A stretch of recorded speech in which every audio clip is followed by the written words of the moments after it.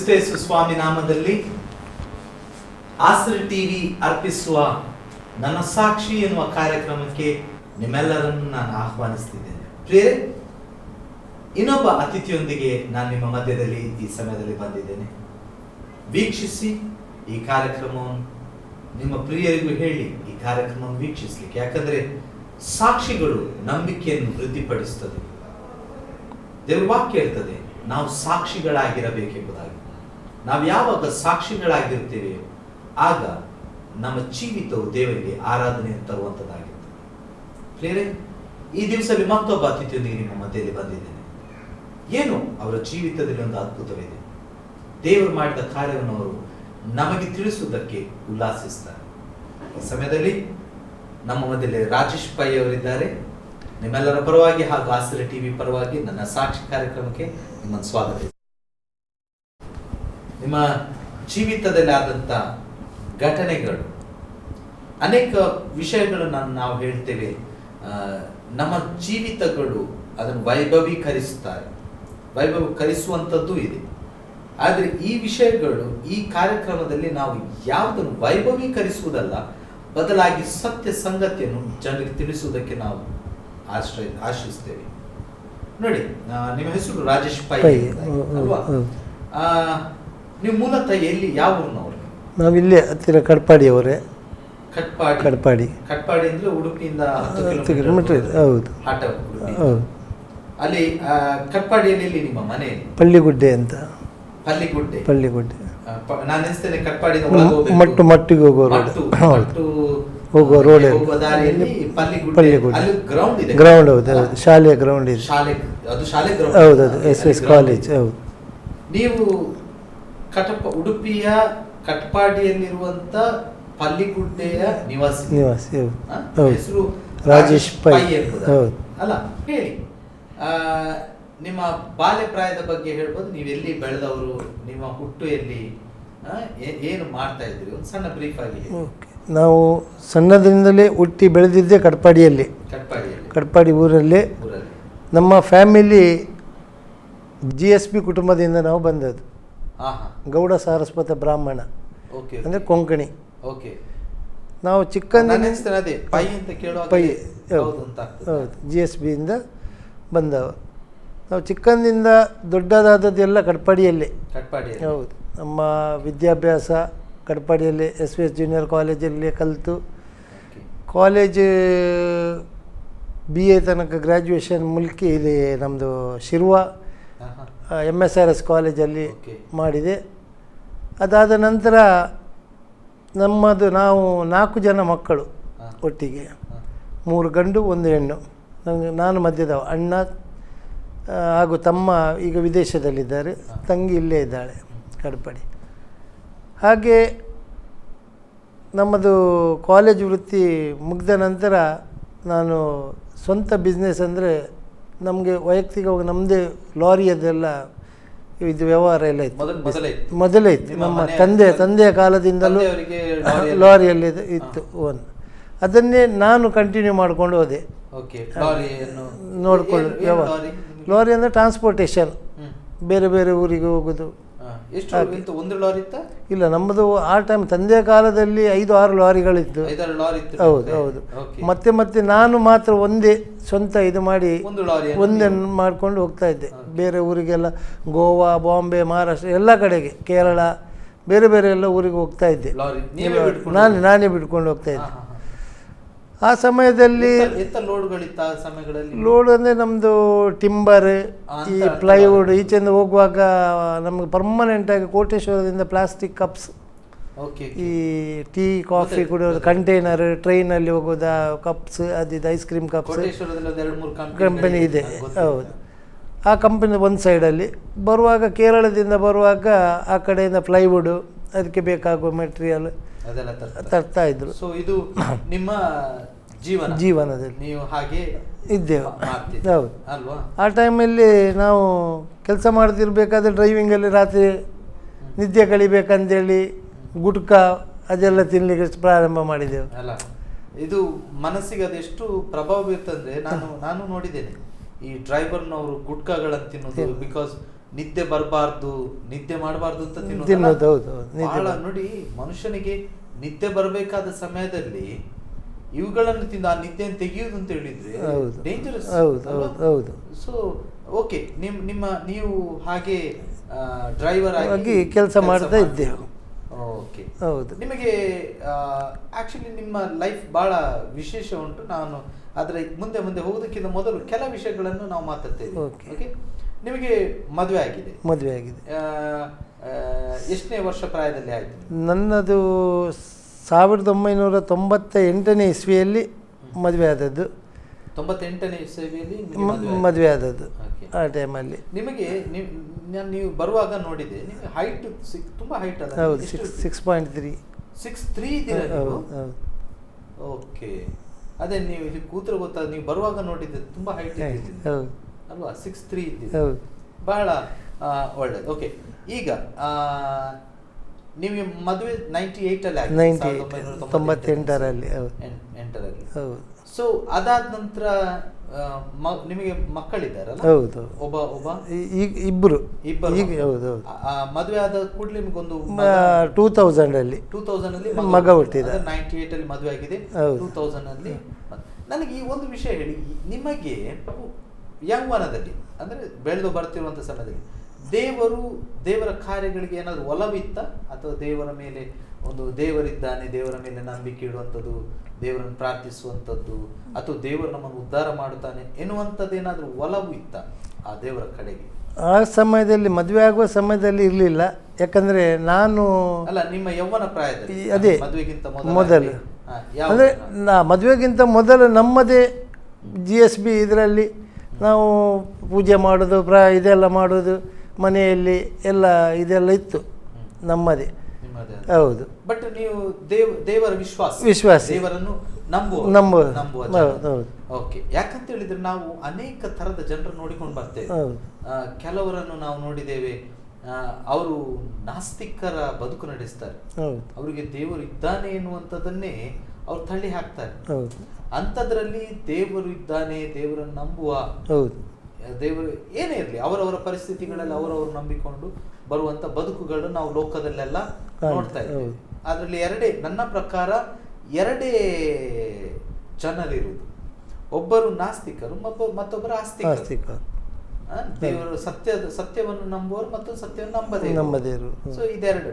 Okay, ಈಗ ನೀವು ನಂಬ್ತಾ ಇದ್ದೇವೆ. ಮದುವೆ ಬಗ್ಗೆ ಏನೋ ಕೇಳಿದೆ, ನೀವು ಇಂಟರ್ಕಾಸ್ಟ್. ಹೌದು, ನನಗೆ ನಿಮ್ಮ ಇದರ ಬಗ್ಗೆ ಕೇಳುವಾಗ ನೀವು ಇಂಟರ್ಕಾಸ್ಟ್ ಮದುವೆ ಆಗಿದೆ. ಯಾವ ಧರ್ಮದಿಂದ ನಿಮ್ಮ ವೈಫ್? ನಮ್ಮ ವೈಫ್ ಪ್ರೊಟೆಸ್ಟೆಂಟ್. ಹೌದು. ಯಾವ್ರನ್ನವರು? ಅವ್ರು ಇಲ್ಲೇ ಮಲ್ಪೆ. ಅಂದ್ರೆ ನೀವು ನಿಮ್ಮದು ಲವ್ ಮ್ಯಾರೇಜ್. ಹೌದು.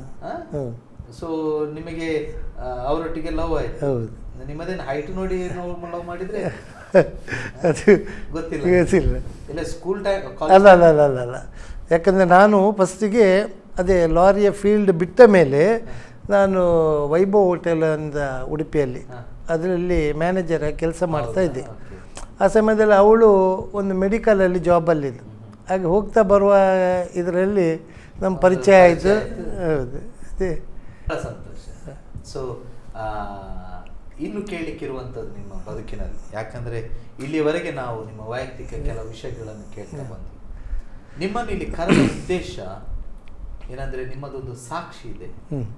ಆ ಸಾಕ್ಷಿ ಜನರಿಗೆ ಬಹಳ ವ್ಯತಿರಿಕ್ತವಾದ ಭಾವನೆಗಳನ್ನು ಕೊಡ್ತದೆ. ಯಾಕಂದ್ರೆ ಜನರು ಎರಡು ವಿಷಯಗಳನ್ನು ನಂಬುತ್ತಾರೆ. ಒಂದು, ಜನರು ದೇವರು ಇದ್ದಾನೆ ಮತ್ತು ದೇವರು ಅದ್ಭುತಗಳನ್ನು ನಡೆಸ್ತಾನೆ ಅಂತ ನಂಬುತ್ತಾರೆ. ಇನ್ನೊಂದು ಜನರಿದ್ದಾರೆ, ಅವರು ದೇವರು ಇದ್ದಾನೆ ಅಂತ ನಂಬ್ತಾರೆ, ಒಂದು ನಂಬಿಕೆ. ಆದ್ರೆ ಅದ್ಭುತಗಳು ಅಥವಾ ಮಹತ್ ಕಾರ್ಯಗಳನ್ನು ನಂಬುವುದಿಲ್ಲ. ಯಾಕಂತ ಹೇಳಿದ್ರೆ ಅದೆಲ್ಲ ಇಲ್ಲ ಬಿಡಿ, ಅದೆಲ್ಲ ಮಹತ್ ಕಾರ್ಯಗಳು ಬಲಹೀನರು ನೆನೆಸಿಕೊಳ್ಳುವಂತ ಭಾವನೆಗಳು ಅಂತ ಅವ್ರು ನೆನೆಸ್ತಾರೆ. ಈಗ ಯಾವಾಗ ಜನರು ಮತ್ತೆ ಪ್ರತಿ ಸಲ ಸಾಕ್ಷಿಯನ್ನು ಕೇಳ್ತಾರೆ, ಪ್ರೂಫ್ ಕೇಳ್ತಾರೆ, ಇದು ಸರಿಯಾ. ಆದ್ರೆ ಇವತ್ತು ನಮಗಿರುವ ಸಂತೋಷ ಏನಂದ್ರೆ, ನಮ್ಮ ಸಹೋದರರು ವಿತ್ ಪ್ರೂಫ್ ನೊಟ್ಟಿಗೆ ನಮ್ಮ ಮಧ್ಯದಲ್ಲಿ ಬಂದಿದ್ದಾರೆ ಅಲ್ಲ, ಹೆಚ್ಚಾಗಿ ಅಂತ ಅವಕಾಶಗಳು ಸಿಗುವುದಿಲ್ಲ. ಸೊ ಈಗ ಹೇಳಿ, ನಿಮ್ಮ ಬದುಕಿನಲ್ಲಿ ಒಂದು ದೊಡ್ಡ ಟ್ರಾಜಿಡಿ ನಡೆಯಿತು, ಹೌದಾ? ಸೊ ಅದರ ಬಗ್ಗೆ ಹೇಳಿ. ಅಂದರೆ ನಾನು ಮದುವೆಯಾಗಿ ಪ್ರೊಟೆಸ್ಟೆಂಟ್ ಹುಡುಗಿಯನ್ನು ಮದುವೆ ಆದೆ. ಓಕೆ. ಮದುವೆಯಾಗಿ ನಮ್ಮ ಮನೆಯಲ್ಲಿ ಅವಳನ್ನು ಬಂದು ನಾವು ಒಟ್ಟಿಗೆ ಸಂಸಾರ ಎಲ್ಲ ಮಾಡ್ಕೊಂಡಿದ್ದೆವು ನಮ್ಮ ಮನೆಯವರೊಟ್ಟಿಗೆ. ಅದಾದ ನಂತರ 2000 ನನಗೊಬ್ಬ ಮಗ ಹುಟ್ಟಿದ. 2000 ಮಗ ಹುಟ್ಟಿದ ನಂತರ 2003 ನನಗೆ 2003 ಓಕೆ. ಆ ದಿವಸ ನಾನು ಬೆಳಿಗ್ಗೆ ಎದ್ದು ಬ್ರಷ್ ಮಾಡಬೇಕಾದ್ರೆ ಬಾಯಲ್ಲಿ ಬ್ಲಡ್ ಬರ್ತಾಯಿತ್ತು. ಬ್ರಷ್ ಹೌದು ಹೌದು, ಆ ಗಮ್ಸಲ್ಲಿ, ಅಲ್ಲಿನ ಗಮ್ಸಲ್ಲಿ ಬ್ರಷ್ ಮಾಡಿದೆ. ಬ್ಲಡ್ ಬರ್ತಾ ಇದ್ದದ್ದು ನೋಡಿ ನಾನು ಉಡುಪಿಯಲ್ಲಿ ಡೆಂಟಿಸ್ಟ್ ಹತ್ರ ಹೋದೆ. ಯಾಕಂದರೆ ಗಮ್ಸಲ್ಲಿ ಬ್ಲಡ್ ಬರ್ತಿದೆ. ಹೌದು ಹೌದು ಹೌದು. ಟೂರಿಸ್ಟ್ ಹೋಟೆಲ್ ಎದುರಿಗೆ ಡಾಕ್ಟರ್ SN ಭಟ್ರು ಅಂತ ಅವರ ಹತ್ರ ಹೋದೆ. ನಿಮ್ಮ ಒಳ್ಳೇದಾಯ್ತು, ಹೆಸರು ನಿಮ್ಮ ಕೈಲಿರೋದು. ಹೌದು, ಡಾಕ್ಟರ್ SN ಭಟ್. ಹೌದು, ನೀವು ಡೆಂಟಿಸ್ಟ್ ಹತ್ರ ಹೋದೆ. ಅವರು ಡೆಂಟಿಸ್ಟ್. ಹೌದು, ಡೆಂಟಿಸ್ಟ್ ಹತ್ರ ನೀವು ಹೋದಿರಿ. ಹೌದು. ಹೋದ ಕೂಡಲೇ ಅವರು ನನ್ನ ನೋಡಿ ಹಲ್ಲು ಕ್ಲೀನ್ ಮಾಡಬೇಕು ಹೇಳಿದ್ರು. ಯಾಕಂದರೆ ನಾನು ಗುಟ್ಕಾ ಎಲ್ಲ ತಿಂತಾ ಇದ್ದವ, ಹಾಗೆ ಅದನ್ನು ನೋಡಿ ಅವರು ಈ ಡ್ರೈವಿಂಗ್ ನೀವು ಆಗತಾನೆ. ಹೌದು ಹೌದು. ಓಕೆ. ಹಾಗೆ ಅವರು ನೋಡಿ ಹಲ್ಲು ಕ್ಲೀನ್ ಮಾಡಬೇಕಂತ ಹೇಳಿದರು. ಅಂತ ನಾನು ಹೇಳಿ ಹಲ್ಲು ಕ್ಲೀನ್ ಮಾಡಿದರು. ಕ್ಲೀನ್ ಮಾಡಿ ಆದ ಮೇಲೆ ನನಗೊಂದು ಟ್ಯಾಬ್ಲೆಟ್ಸ್ ಎಲ್ಲ ಬರೆದು ಕೊಟ್ಟರು, ಇದನ್ನು ಮೆಡಿಕಲಲ್ಲಿ ತೆಕ್ಕೊಳ್ಳು ಅಂತ ಹೇಳಿದರು. ನಾನು ಸೀದಾ ಅಲ್ಲಿಂದ ಅಲಂಕಾರ ಥಿಯೇಟ್ರ್ ಹತ್ರ ಮೆಡಿಕಲ್ ಎಂಪೋರಿಯಮ್ಗೆ ಬಂದು ಮೆಡಿಕಲ್ ತೆಕ್ಕೊಳ್ಳಿಕ್ಕೆ, ಅಲ್ಲಿ ಮೆಡಿಸಿನ್ ತೆಕ್ಕೊಳ್ಳಿಕ್ಕೆ ಬರುವಾಗ ಅಲ್ಲಿ ಅವರು ನೋಡಿ ನನ್ನ ಬಾಯಲ್ಲಿ ಬ್ಲಡ್ ಬರ್ತಾಯಿದೆ. ಓಕೆ. ಆ ಟೈಮಲ್ಲಿ ಬ್ಲಡ್ ಬರ್ತಾ ಇರೋದು ನೋಡಿ ಅವರು ಹೇಳಿದರು, ಎಂತ ನಿನ್ನ ಬಾಯಲ್ಲಿ ಬ್ಲಡ್ ಬರ್ತಾ ಉಂಟು ಅಂತ ಮೆಡಿಕಲ್ನವರೇ ಹೇಳಿದರು. ನಿಮಗೇನೆ ಗೊತ್ತಿಲ್ಲ? ಇಲ್ಲ, ಅದು ಬರ್ತಾ ಇದೆ, ಅದು ಅಂದರೆ ನನಗೆ ಗೊತ್ತಾಗ್ತಾ ಇಲ್ಲ ಬ್ಲಡ್ ಅಂತ. ನಾನಂದರೆ ಕ್ಲೀನ್ ಮಾಡಿ ಬಂದವಲ್ಲ. ಹಾಗೆ ಟ್ಯಾಬ್ಲೆಟ್ ಅವ್ರು ಹೇಳಿದರು, ಮತ್ತೆ ಪುನಃ ಅದೇ ಡಾಕ್ಟ್ರ್ ಹತ್ರ ಹೋಗು ನೀನು ಅಂತ ಹೇಳಿದರು. ನಾನು ಮತ್ತೆ ಪುನಃ ಆ ಡಾಕ್ಟ್ರ್ ಹತ್ರ ಬಂದೆ. ಆಗ ಆ ಡಾಕ್ಟ್ರು ಹೇಳಿದರು, 2 ಇಂಜೆಕ್ಷನ್ ಬರೆದು ಕೊಟ್ಟರು. ನೀನು ಇವಾಗಲೇ ಹೋಗಿ ಒಂದು ಇಂಜೆಕ್ಷನ್ ಬೇರೆ ಹಾಸ್ಪಿಟಲಲ್ಲಿ ಹೋಗಿ ತಗೊಳ್ಳು, ಮತ್ತೊಂದು ನಾಳೆ ಬೆಳಿಗ್ಗೆ ತಗೊಳ್ಳು ಅಂತ. ನಾನು ಅಲ್ಲಿಂದ ಸೀದಾ ಒಬ್ಬನೇ ಬಂದಿದ್ದೆ. ಸೀದಾ ಎದ್ದುಕೊಂಡು ಗಾಂಧಿ ಹಾಸ್ಪಿಟ್ಲಿಗೆ ಹೋದೆ. ಅಲ್ಲಿ MD ಅವರು ನನ್ನ ಪರಿಚಯ, ಡಾಕ್ಟ್ರು ಹರೀಶ್ ಅಂತ. ನಾವು ಕೇಳ್ತಿರುವಂಥ ಸಾಕ್ಷಿ ಮಿಸ್ಟರ್ ರಾಜೇಶ್ ಪೈ ಅವರ ಸಾಕ್ಷಿ.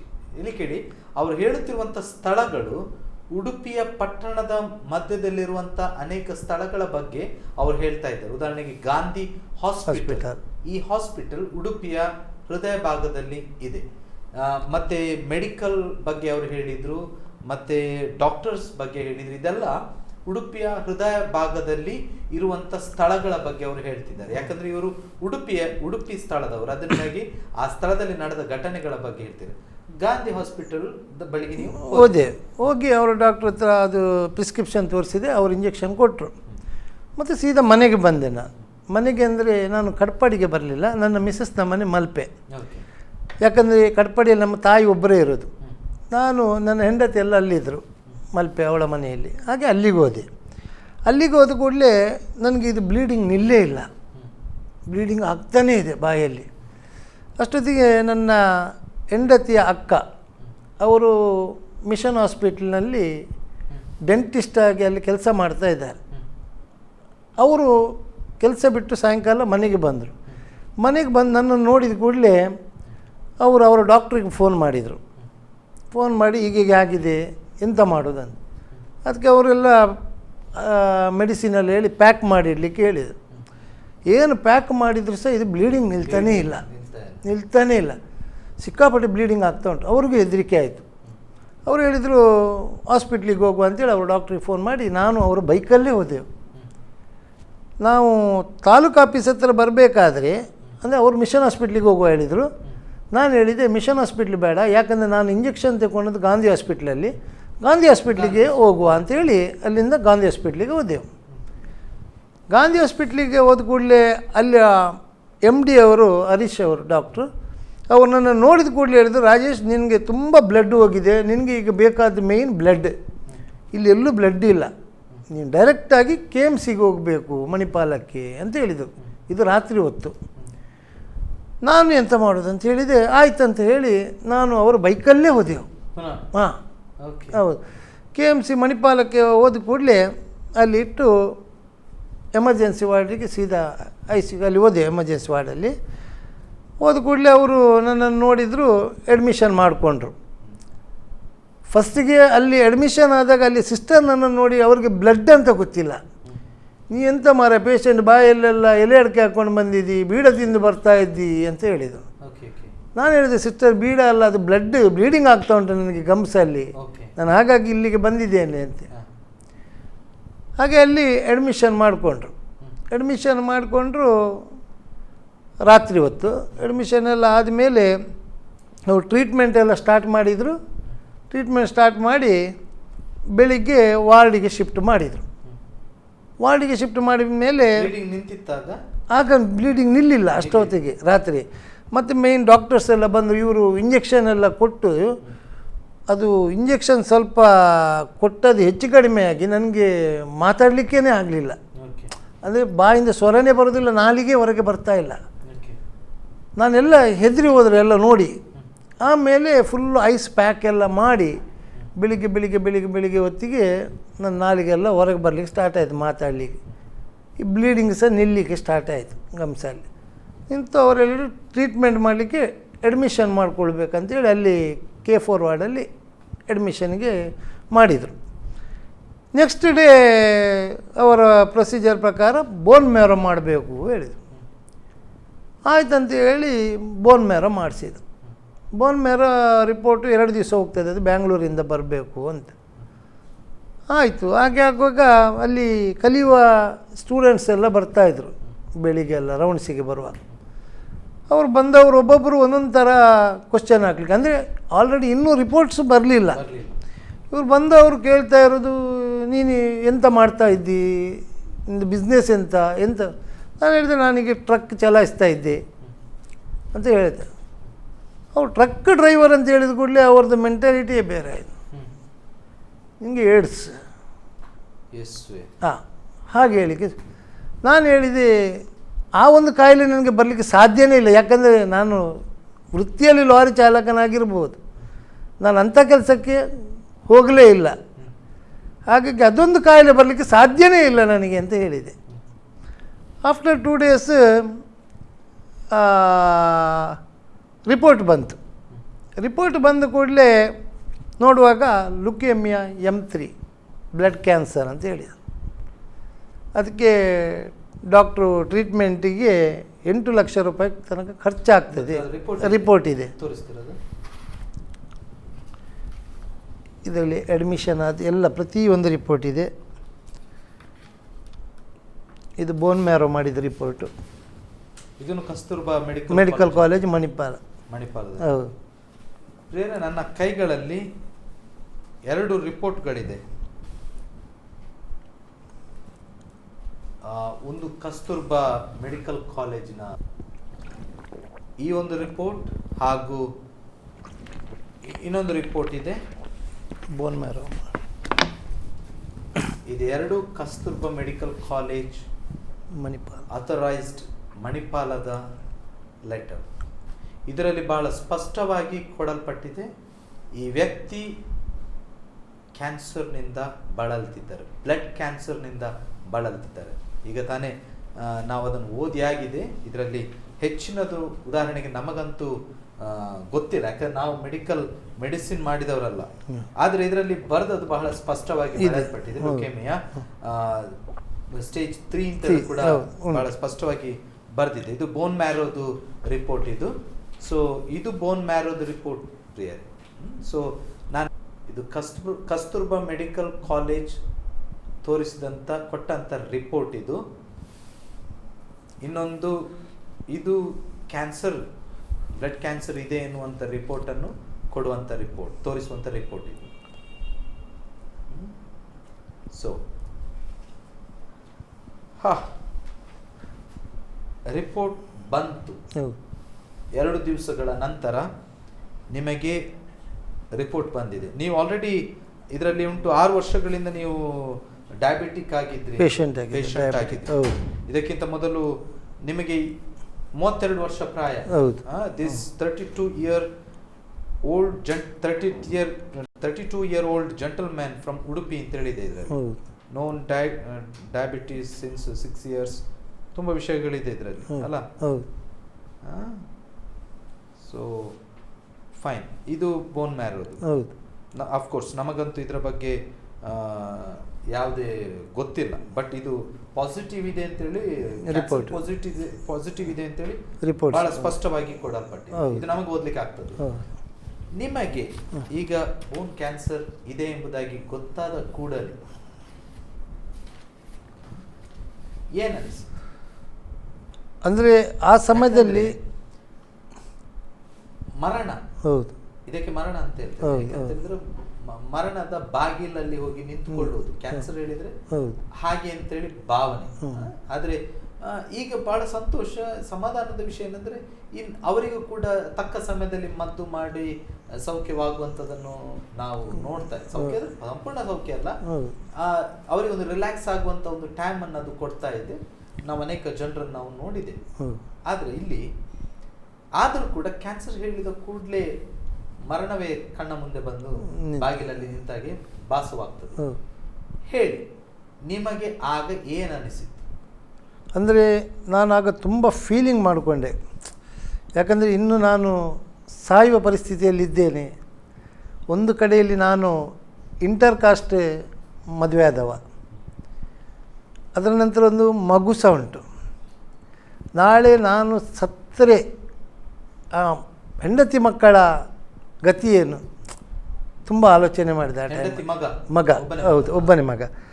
ಆ ಸಮಯದಲ್ಲಿ ತುಂಬ ಆಲೋಚನೆ ಮಾಡಿದೆ ಹಾಸ್ಪಿಟಲಲ್ಲಿ. ಲಾಸ್ಟಿಗೆ ನನಗೆ ಅಲ್ಲಿ ಹಾಸ್ಪಿಟಲಲ್ಲಿ ಹೆಂಡತಿಯೇ ನನ್ನದು ಎಲ್ಲ ಚಾಕರಿ ಮಾಡ್ತಾ ಇದ್ದವಳು. ಅಂದರೆ ಆ ಸಮಯದಲ್ಲಿ ತುಂಬ ಕಷ್ಟಪಟ್ಟಿದ್ದೆ ನಾವು ಹಾಸ್ಪಿಟ್ಲಲ್ಲಿ. ನನ್ನ ಕಾಯಿಲೆಗಿಂತಲೂ ಜಾಸ್ತಿ ಮಾನಸಿಕವಾಗಿ ಹಾಸ್ಪಿಟಲ್ನ ಇದರಿಂದ ನಮಗೆ ತುಂಬ ಪ್ರಾಬ್ಲಮ್ ಆಗಿತ್ತು.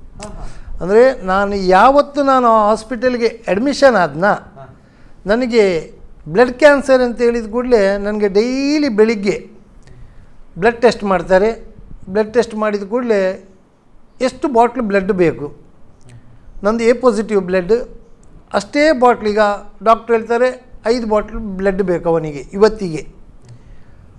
5 ಬಾಟ್ಲ್ ಬ್ಲಡ್ ಬೇಕು ಹೇಳಿದ ಕೂಡಲೇ ನಾವು 5 ಜನರನ್ನು ಒಟ್ಟು ಮಾಡಬೇಕು, ಎ ಪಾಸಿಟಿವ್ನವರು. ಹೌದು, ಅವರದ್ದು ಬ್ಲಡ್ಡನ್ನು ತೆಗೆದು ಅದನ್ನು ಪ್ಲೇಟ್ಲೆಟ್ ಮಾಡಬೇಕು. ಆ ಪ್ಲೇಟ್ಲೆಟ್ ಮಾಡುವ ಮಿಷನ್ ನನ್ನನ್ನು ಅಡ್ಮಿಟ್ ಮಾಡಿದ ದಿವಸವೇ ಮಣಿಪಾಲದಲ್ಲಿ ಹಾಳಾಯಿತು. ಆ ಮೆಷಿನ್ ರಿಪೇರಿ ಆಗಬೇಕಾದ್ರೆ ಗಲ್ಫಿನಿಂದ ಬರಬೇಕಂತೆ. ಹೌದು, ಇಲ್ಲ ಅದರದ್ದು. ಹಾಗೆ ನಮಗೆ ಬೇಕಾದರೆ ನಾವು ಮಂಗಳೂರಿನಿಂದ ಅದನ್ನು ಬ್ಲಡ್ ಅರೇಂಜ್ಮೆಂಟ್ ಮಾಡಿ ಪ್ಲೇಟ್ಲೆಟ್ ಮಾಡಿ ಅದನ್ನು ತಂದು ನನಗೆ ಕೊಡಬೇಕು. Okay okay. First of all 5 ಜನ ಮಾಡಬೇಕು. ಹೌದು, ಅವ್ರು ಎಷ್ಟು ಜನ ಹೇಳ್ತಾರೆ ಅಷ್ಟು ಜನರದ್ದು ಜನ ಮಾಡಬೇಕು. ಅದರೊಟ್ಟಿಗೆ ಮತ್ತೆ ಅದು ಅವ್ರು ಕೊಟ್ಟ ನಂತರ ಅದನ್ನು ಪ್ಲೇಟ್ಲೆಟ್ ಮಾಡಬೇಕು. ಆ ಪ್ಲೇಟ್ಲೆಟ್ ಮಾಡೋ ಮಿಷನ್ ಇಲ್ಲಿ ಹಾಳಾಯ್ತು ಅದೇ ದಿವಸಕ್ಕೆ. ನೋಡಿ, ಆಗ ಡಾಕ್ಟ್ರು ಹೇಳಿದರು, ಒಂದೇ ನೀವು ಮಂಗಳೂರಿನಲ್ಲಿ ಅವ್ರದ್ದು KMC ಅವ್ರದ್ದು ಜ್ಯೋತಿಯಲ್ಲಿ ಅಲ್ಲಿ ಉಂಟು, ಅಲ್ಲಿ ಕೊಟ್ಟು ನೀವು ತಂದು ಕೊಡಬೇಕು. ಇಲ್ಲವಾದರೆ ನೀವು ಇವನನ್ನು ಕರೆದುಕೊಂಡು ಬೆಂಗಳೂರಿಗೆ ಕಿದ್ವಾಯಿ ಹಾಸ್ಪಿಟ್ಲ, ಟಾಟಾ ಬಾಂಬೆ ಟಾಟಾ ಹಾಸ್ಪಿಟ್ಲಿಗೆ ಇಲ್ಲಿಗಾದ್ರೆ ಕರ್ಕೊಂಡು ಅಥವಾ ವೆಲ್ಲೂರಿಗೆ ಕರ್ಕೊಂಡು ಹೋಗಬೇಕು ಅಂತ. ನಾವು ಅಲ್ಲಿ ಹೋಗಿ ಬ್ಲಡ್ ಯಾರ ಹತ್ರ ಇದು ಮಾಡಿ. ಹೌದು, ಇಲ್ಲಿದ್ರೆ ಅಟ್ಲೀಸ್ಟ್ ಜನ ಯಾರು. ಆದರೆ ನನ್ನ ಫ್ರೆಂಡ್ ಸರ್ಕಲ್ ತುಂಬ ಹೆಲ್ಪ್ ಮಾಡಿದ್ದಾರೆ ಅವರು, ತುಂಬ ಅಂದರೆ ಹೌದು, ಬ್ಲಡ್ಡಿಗಾಗಿ. ನೀವೇನು ಅನಿಸ್ತೀರಿ ಈಗ ಅವರನ್ನೆಲ್ಲ? ಅವರನ್ನು ನಾನು ದೇವರಷ್ಟೇ ಅವರನ್ನು ನಾನು ಪ್ರೀತಿ ಮಾಡಲೇಬೇಕು. ಯಾಕಂದರೆ ಈಗದ ಥರದ ರೋಡಲ್ಲ. 12 ವರ್ಷಗಳ ಹಿಂದೆ ಮಂಗಳೂರಿನಿಂದ ಉಡುಪಿ ಮಣಿಪಾಲಕ್ಕೆ ಬರುವುದು ಹೇಳಿದರೆ ಭಾಳ ಸಾಹಸ ಪಟ್ಟಿದ್ದಾರೆ ಅವರು. ಯಾಕಂದರೆ ಒಂದು ಬೆಳಿಗ್ಗೆ ನನ್ನ ಫ್ರೆಂಡ್ಸ್ ಅಂದರೆ ಮೇಯ್ನ್ ಕಡಪಾಡಿಯಲ್ಲಿ ಒಂದು 3-4 ಜನರು ತುಂಬ ಹೆಲ್ಪ್ ಮಾಡಿದವರು. ಅವರು ಅದನ್ನು ಎನಿಸ್ಲಿಕ್ಕೆ ಸಾಧ್ಯ ಇಲ್ಲ. ಅವರು ಇಲ್ದಿದ್ರೆ ಉಂಟಲ್ಲ, ನಾನು ಈಗ ನಿಮ್ಮ ಮುಂದೆ ಸಾಕ್ಷಿ ಹೇಳಲಿಕ್ಕೂ ಇಲ್ಲ. ಯಾಕಂದ್ರೆ ಮೇಯ್ನ್ ನನಗೆ ಬ್ಲಡ್ ಬಹಳ ಬೇಕು. ಯಾಕಂದ್ರೆ ಬ್ಲಡ್ ಕ್ಯಾನ್ಸರ್ ಹಿಡಿದ್ರೆ ಬ್ಲಡ್ ಕೊಡ್ತಾ ಇರಬೇಕು. Okay okay. ಹಾಗೆ ಆ ಫ್ರೆಂಡ್ಸ್ನವರು ಬೆಳಿಗ್ಗೆ ಎದ್ದು ನಮಗೆ ಯಾರೆಲ್ಲ ಇದು ಬೇಕು ಬ್ಲಡ್, ಆ ಬ್ಲಡ್ಡನ್ನೆಲ್ಲ ಒಟ್ಟು ಮಾಡಿ ಆ ಜನರನ್ನು ಮಂಗಳೂರಿಗೆ ಕರ್ಕೊಂಡು ಹೋಗ್ಬೇಕು. Okay okay okay. ಬ್ಲಡ್ ಇಲ್ಲೇ ಕೊಡ್ಲಿಕ್ಕೆ ಆಗೋದಿಲ್ಲ, ಅಲ್ಲೇ ತೆಗಿಬೇಕು. ಹೌದು, ಆ ಬ್ಲಡ್ಡನ್ನು ಜನ ಒಟ್ಟು ಮಾಡಬೇಕು, ಅವರನ್ನು ವೆಹಿಕಲಲ್ಲಿ ಮಂಗಳೂರಿಗೆ ಕರ್ಕೊಂಡು ಹೋಗ್ಬೇಕು. ಅಲ್ಲಿ ಕರ್ಕೊಂಡೋಗಿ ಅವರನ್ನು ಬ್ಲಡ್ ತೆಗಿಸಿ ಅಲ್ಲಿಂದ ಅವರನ್ನು ಕೊಟ್ಟು ಕಳಿಸಬೇಕು. ಆ ಪ್ಲೇಟ್ಲೆಟ್ ಮಾಡಿ ಅವರು ಸಾಯಂಕಾಲ ಕೊಡೋದು. ಓಕೆ. ಸಾಯಂಕಾಲ ಕೊಟ್ಟದ್ದನ್ನು 1.25 ಗಂಟೆ ಒಳಗೆ ಆ ಬ್ಲಡ್ ಬಂದು ನನಗೆ ಕೊಡಬೇಕು ಮಣಿಪಾಲಕ್ಕೆ. ಒಂದು ವೇಳೆ ಲೇಟ್ ಆಯ್ತು ಹೇಳಿದರೆ ಅದು ವೇಸ್ಟ್ ಆಗ್ತದೆ, ಬ್ಲಡ್ ವೇಸ್ಟ್ ಆಗ್ತದೆ. ಅಂಥ ರಿಸ್ಕ್ ತಗೊಂಡು ಅವರು ತಂದು ಕೊಡ್ತಾಯಿದ್ರು. ಇಲ್ಲೇ ನಮ್ಮದೇ ಫ್ರೆಂಡ್ ರತ್ನಾಕರ, ಪ್ರಶಾಂತ್ ಮತ್ತು ಮೇಯ್ನ್ ನಮ್ಮ ಹೀರಾ ಸಾಫ್ಟ್ ಡ್ರಿಂಕ್ಸಿನ ಕಡ್ಪಾಡಿಯವರೇ ತುಂಬ ತುಂಬ ಅಂದರೆ ತುಂಬ ಹೆಲ್ಪ್ ಮಾಡಿದ್ದಾರೆ ಅವರು. ಅಂದರೆ ಅವರೇ ಮೇಯ್ನ್ ಅದರಲ್ಲಿ. ಹೀರಾ ಸಾಫ್ಟ್ ಡ್ರಿಂಕ್ಸಿನ ಓನರ್, ಅವ್ರ ಹೆಸರು ನೆನಪಿ ಬರ್ತಾ ಇಲ್ಲ. ಅವರು ಜನರನ್ನೆಲ್ಲ ಒಟ್ಟು ಮಾಡಿ, ಅಂದರೆ ಅವರು JCಯಲ್ಲಿ ಅದರ ಇದರಲ್ಲೆಲ್ಲ ಇದ್ದವರು, ಒಟ್ಟು ಮಾಡಿ ಕರ್ಕೊಂಡು ಹೋಗಿ ಅವರನ್ನು ಒಂದು ದಿವಸ ಅವರೇ ಆಕ್ಸಿಡೆಂಟ್ ಆಗೋದ್ರಲ್ಲಿದ್ದರು ತೆಕ್ಕೊಂಡು ಬರುವ ಸ್ಪೀಡಲ್ಲಿ. ಹೌದು, 1.5 ತಾಸು ಅಂತ ಹೇಳಿದ್ರೆ ನೋಡಿ. ಒಂದು ಕಾಲದಲ್ಲಿ ಉಡುಪಿನ ಮಂಗಳೂರಿಗೆ ಬರಲಿಕ್ಕೆ ಮಿನಿಮಮ್ 1.5 ಗಂಟೆ ಬೇಕೆ. ಯಾಕಂತ ಹೇಳಿದ್ರೆ ಈಗ ಅದು ರೋಡ್ ಒಳ್ಳೆ ಉಂಟು, ಆಗ ರೋಡ್ ಏನು ಪ್ರಯೋಜನ, ಸಿಂಗಲ್ ರೋಡ್ ಇದ್ದದ್ದು. ಈಗ ಅಟ್ಲೀಸ್ಟ್ ಸ್ವಲ್ಪ ಡಬಲ್ ರೋಡ್ಗಳು ಇದೆ, ಆಗ ಸಿಂಗಲ್ ರೋಡ್ ಇದ್ದದ್ದು. ಮತ್ತು ಹೌದು, 12 ವರ್ಷದ ಹಿಂದೆ ನೀವು ಹೇಳ್ತಿದ್ದೆ. ಓಕೆ. ಮತ್ತೆ ಮುಂದೆ ಆ ಸಮಯದಲ್ಲಿ ಅವರು ತಂದು ಆ ಟೈಮಲ್ಲಿ ಒಂದು ದಿವಸ ಅಂದರೆ ತುಂಬ ಸಲ ತಂದು ಕೊಡ್ತಾಯಿದ್ರು. ಒಂದು ದಿವಸ ಸ್ವಲ್ಪ ಲೇಟ್ ಆಯಿತು, ನನ್ನ ಬಾಡಿ ಕಂಪ್ಲೀಟ್ ಕೋಲ್ಡ್ ಆಗಿದೆ, ಮುಗ್ದು ಹೋಗಿದೆ ನಾನು. ಆದ್ರೂ ಸಹ ಬರದಿದ್ರೆ ಹಾಗೆ ಆಗ್ತದೆ. ಅಂದರೆ ಆ ಟೈಮಲ್ಲಿ ಅವ್ರು ತಂದು ಕೊಡಲೇಬೇಕು ನನಗೆ. ಲಾಸ್ಟಿಗೆ ಅದೆಲ್ಲ ಕೊಟ್ಟಾದ್ಮೇಲೆ ನಾನು ಸ್ವಲ್ಪ ರಿಲ್ಯಾಕ್ಸ್ ಆಗ್ತಿತ್ತು. ಹೀಗೆ ಆಗ್ತಾ ಆಗ್ತಾ ಬೆಡ್ಡಲ್ಲಿ ಇದ್ದ ಹಾಗೆ ಈ ಎಡಕಾಲಲ್ಲಿ ನನಗೆ ಒಂಥರ ಸೂಜಿಯಲ್ಲಿ ಚುಚ್ಚಿದ ಹಾಗೆ ಅನುಭವ ಆಯಿತು. ಅದು ಏನು ಮಾಡಿದೆ, ಎಕ್ಸ್ರೇ ತೆಗೆದ್ರು ರಿಪೋರ್ಟ್ ನಾರ್ಮಲ್, ಅಲ್ಟ್ರಾಸೌಂಡ್ ಮಾಡಿದರು ರಿಪೋರ್ಟ್ ನಾರ್ಮಲ್. ಆದರೆ ನಾನು ರಾತ್ರಿ ಮಲಗುವ ಸಮ ತುಂಬ ತುಂಬ ನೋವು, ಅಂದರೆ ಸೂಜಿಯಲ್ಲಿ ಕಂತಿದ್ದೀರ. ಹೌದು, ಚುಚ್ಚಿದಾಗ. ಅಲ್ಲಿ ಡಾಕ್ಟರ್ ಜೋಸೆಫ್ ಥಾಮಸ್ ನನಗೆ ಬ್ಲಡ್ ಕ್ಯಾನ್ಸರ್ನ ಟ್ರೀಟ್ಮೆಂಟ್ ಕೊಡ್ತಾಯಿದ್ರು. ಇನ್ನೊಬ್ಬರು ಕುರಿಯನ್ ಅಂತ ಇದ್ದರು, ಜೋಸೆಫ್ ಕುರಿಯನ್ ಸರ್ ಅಂತ. ಅವರು ಅದನ್ನು ನೋಡಿ ಕಾಲು ಓಪನ್ ಮಾಡಬೇಕು ಅಂತ, ಅಲ್ಲಿ ಒಳಗೆ ಬ್ಲಡ್ ಕ್ಲಾಟ್ ಆಗಿದೆ, ಅದನ್ನು ಈ ಕ್ಷಣದಲ್ಲೇ ಓಪನ್ ಮಾಡಬೇಕು ಅಂತ. ಮನೆಯವರ ಹತ್ರ ಎಲ್ಲ ಸಿಗ್ನೇಚರ್ ತಗೊಂಡ್ರು, ಕರ್ಕೊಂಡು ಹೋದರು. ಈ ಕಾಲನ್ನು ಓಪನ್ ಮಾಡಿಬಿಟ್ರು, ಈ ಸೈಡಿಂದ ಆ ಸೈಡ್ ತನಕ. ಈಚೆಯಲ್ಲಿ ನೋಡಿದರೆ ಆಚೆ ಕಾಣ್ತಾ ಇತ್ತು. ಹಾಗೆ ಈಚೆಯಿಂದ ಓಪನ್ ಮಾಡಿದ್ದು ಆ ಸೈಡಲ್ಲಿ. ಅಲ್ಲಿಂದ ನಾನು ಬೆಡ್ ಹಿಡಿದು ಬಿಟ್ಟೆ. ಅಲ್ಲಿವರೆಗೆ ಅಟ್ಲೀಸ್ಟ್ ಅಲ್ಲಿ ತನಕ ನಾನು ನನ್ನ ಹೆಂಡತಿ ಒಟ್ಟಿಗೆ ಎಲ್ಲ ಓಡಾಡ್ತಾ ಇದ್ದೆ ಹಾಸ್ಪಿಟ್ಲಲ್ಲಿ. ಅದರ ನಂತರ ಅದು ಆದಮೇಲೆ ಅಲ್ಲೇ ಬೆಡ್ಡೆ, ನಡಿಲಿಕ್ಕೂ ಇಲ್ಲ, ಏನೂ ಇಲ್ಲ. ಫುಲ್ಲು ಬಟ್ಟೆ ಎಲ್ಲ ಹಾಕಿ ಎಲ್ಲ ಬ್ಯಾಂಡೇಜ್ ಡ್ರೆಸ್ಸಿಂಗ್ ಮಾಡ್ತಾಯಿದ್ರು. ಆಮೇಲೆ ಬೆಡ್ಡಲ್ಲಿ ಮಲಗಿ ಮಲಗಿ ಮಲಗಿ ಮಲಗಿ ಬೆಡ್ ಸೋರ್ಸ್ ಆಯಿತು. ಬೆಡ್ ಸೋರ್ ಆಯಿತು ನಿಮಗೆ? ಫುಲ್ಲು ಬೆಡ್ ಸೋರ್ಸೆ, ಎಂತ ಇಲ್ಲ. ಒಂದು ಕಡೆಯಲ್ಲಿ ನೀರಿಲ್ಲ ಹಾಸ್ಪಿಟಲಲ್ಲಿ. ಮೋಷನ್ ಮಾಡಿದರೆ ಇದು ಮಾಡಿದರೆ ತೊಳಿಲಿಕ್ಕೆ ಇದಕ್ಕೆ ನೀರು ಇಲ್ಲ, ಅದು ಸಮಸ್ಯೆ ಇತ್ತು. ಆದರೂ ಆ ಸಮಯದಲ್ಲಿ ನನ್ನ ಹೆಂಡತಿ ಕೈ ಬಿಡದೆ ತುಂಬ ಹೆಲ್ಪ್ ಮಾಡಿದ್ದಾಳೆ ನನ್ನ ಜೊತೆಗೆ. ನಿಜವಾಗಿ ಈ ಸಮಯದಲ್ಲಿ ನಾವು ಅಪ್ರಿಷಿಯೇಟ್ ಮಾಡ್ತೇವೆ. ಆಗಿನ ಸಮಯದಲ್ಲಿ ನಿಮ್ಮೊಟ್ಟಿಗೆ ಅವರು ಇದ್ದದಕ್ಕೋಸ್ಕರ. ಹಾಗೆ ನನ್ನ ಮನೆಯವರು, ನನ್ನ ತಂಗಿ, ಅವಳು ಮದುವೆಯಾಗಿ ಗಲ್ಫಲ್ಲಿ ಇದ್ದದಷ್ಟೇ. ನನಗೆ ಈ ಪ್ರಾಬ್ಲಮ್ ಆಗಬೇಕಾದ್ರೆ 15 ದಿವಸ ಮೊದಲು ಅವಳು ಓದ್ದಷ್ಟೇ ಗಂಡನೊಟ್ಟಿಗೆ. ನನಗೆ ಈಗ ಆಯ್ತು ಅಂತ ಹೇಳಿದ ಕೂಡಲೇ ನನ್ನ ಬಾವಜ್ಜಿ ಅವಳನ್ನು, ಅಂದರೆ ಇಲ್ಲಿ ತಾಯಿ ಒಬ್ಬರೇ ಇರೋದು, ಇಲ್ಲಿ ನೋಡ್ಕೊಳ್ಳಿಕ್ಕೆ ಕಷ್ಟ ಆಗ್ತಿದೆ, ನೀನು ಹೋಗಂತೇಳಿ ಅವರನ್ನು ಕಳಿಸಿಕೊಟ್ರು. ಅವರು ಹಾಸ್ಪಿಟ್ಲಲ್ಲೆಲ್ಲ ಬಂದು ಇದೆಲ್ಲ ಮಾಡ್ತಾ ನೋಡ್ತಾ ಹಣದ ವ್ಯವಸ್ಥೆಯ ಎಂತೆಲ್ಲ ಬೇಕು ಅದೆಲ್ಲ ಮಾಡಿಸ್ಕೊಳ್ತಾ ಇದ್ದರು. ಈಗ ಇದ್ದು ದಿವಸ ಹೋಗ್ತಾ ಇದೆ. ನಾನು ಹಾಸ್ಪಿಟ್ಲಲ್ಲೇ ಇದ್ದೇನೆ, ಬಂದೆಲ್ಲ ನೋಡ್ತಾ ಇದ್ದಾರೆ.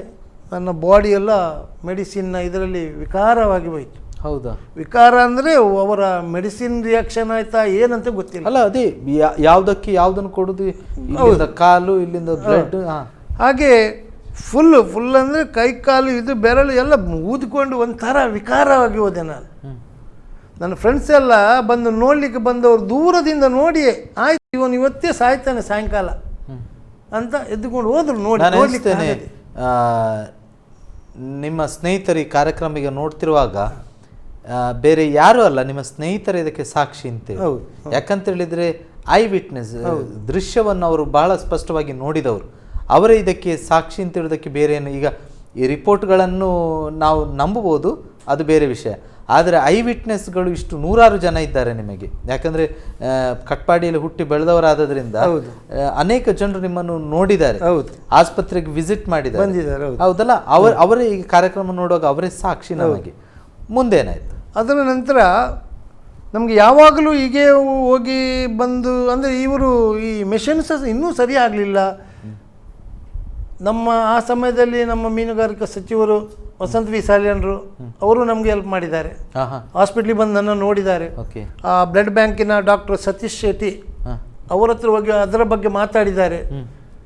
ಯಾಕೆ ನೀವು ಅದನ್ನು ಇನ್ನೂ ಸರಿ ಮಾಡಿಸ್ತಾ ಇಲ್ಲ ಅಂದರೆ ಪ್ರತಿ ಸಲ ಮಂಗಳೂರಿಗೆ ಹೋಗಿ ತರೋದು ಎಲ್ಲ ತುಂಬ ಕಷ್ಟ ಆಗ್ತದೆ, ಅದನ್ನು ಆದಷ್ಟು ಬೇಗ ಇದು ಮಾಡಲಿಕ್ಕೆ ಆಗೋದಿಲ್ವಾ ಎಂತ ಅಂತ.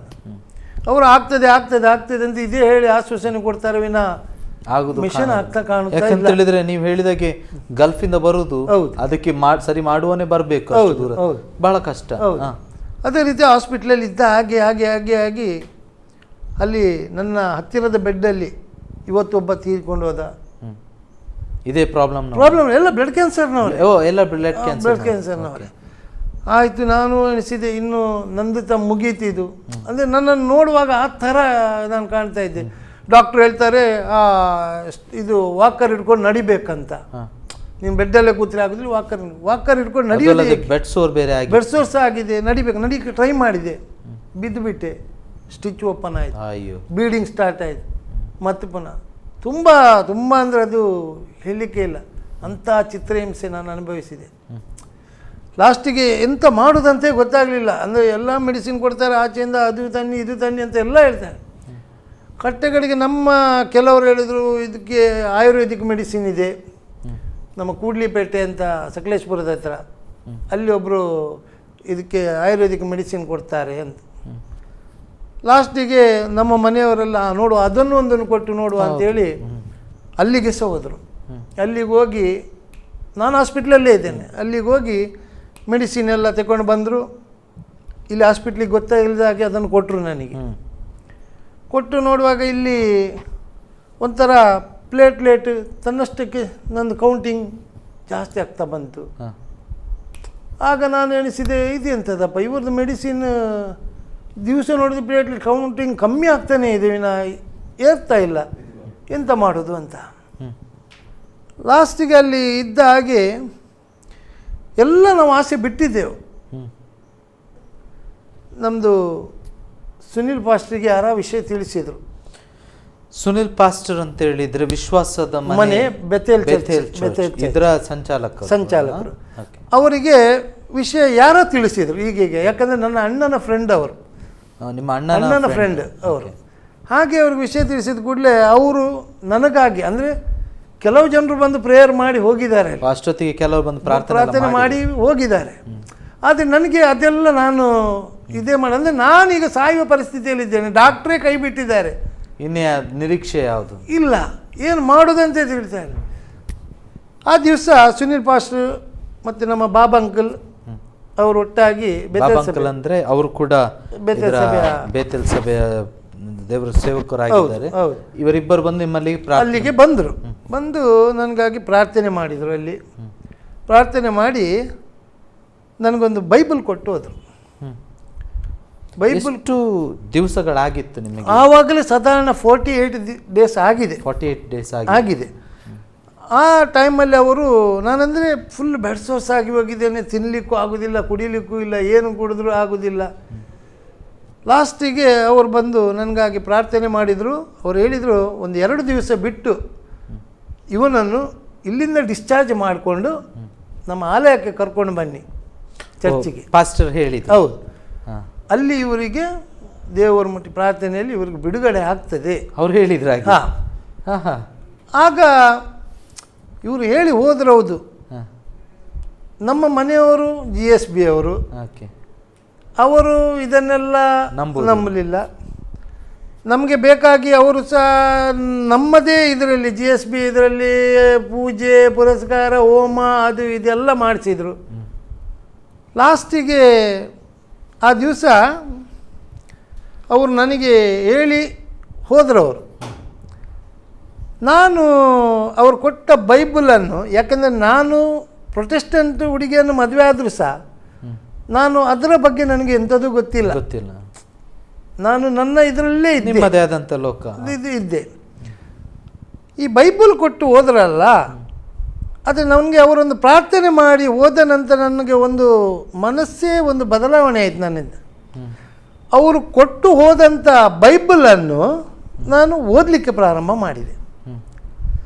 ಓದಲಿಕ್ಕೆ ಪ್ರಾರಂಭ ಮಾಡಿದಾಗ ಅದರಲ್ಲಿದ್ದ ಎಲ್ಲ ಸತ್ಯವೇದದ ಪ್ರತಿಯೊಂದು ವಿಷಯವನ್ನು ನಾನು ತಿಳ್ಕೊಳ್ತಾ ಓದ ಹಾಗೆ ಅಲ್ಲಿ ಒಂದು ವಿಷಯ ನನ್ನ ಮನಸ್ಸಿಗೆ ತುಂಬ ಒಂದು ತಾಗುವಂಥ ಒಂದು ವಿಷಯ ಓದಿದ್ದೆ ನಾನು. ಅಂದರೆ ಸತ್ತ ಲಾಜರನನ್ನು ಯೇಸು ಕ್ರಿಸ್ತನು ಬದುಕಿಸಿದ್ದು.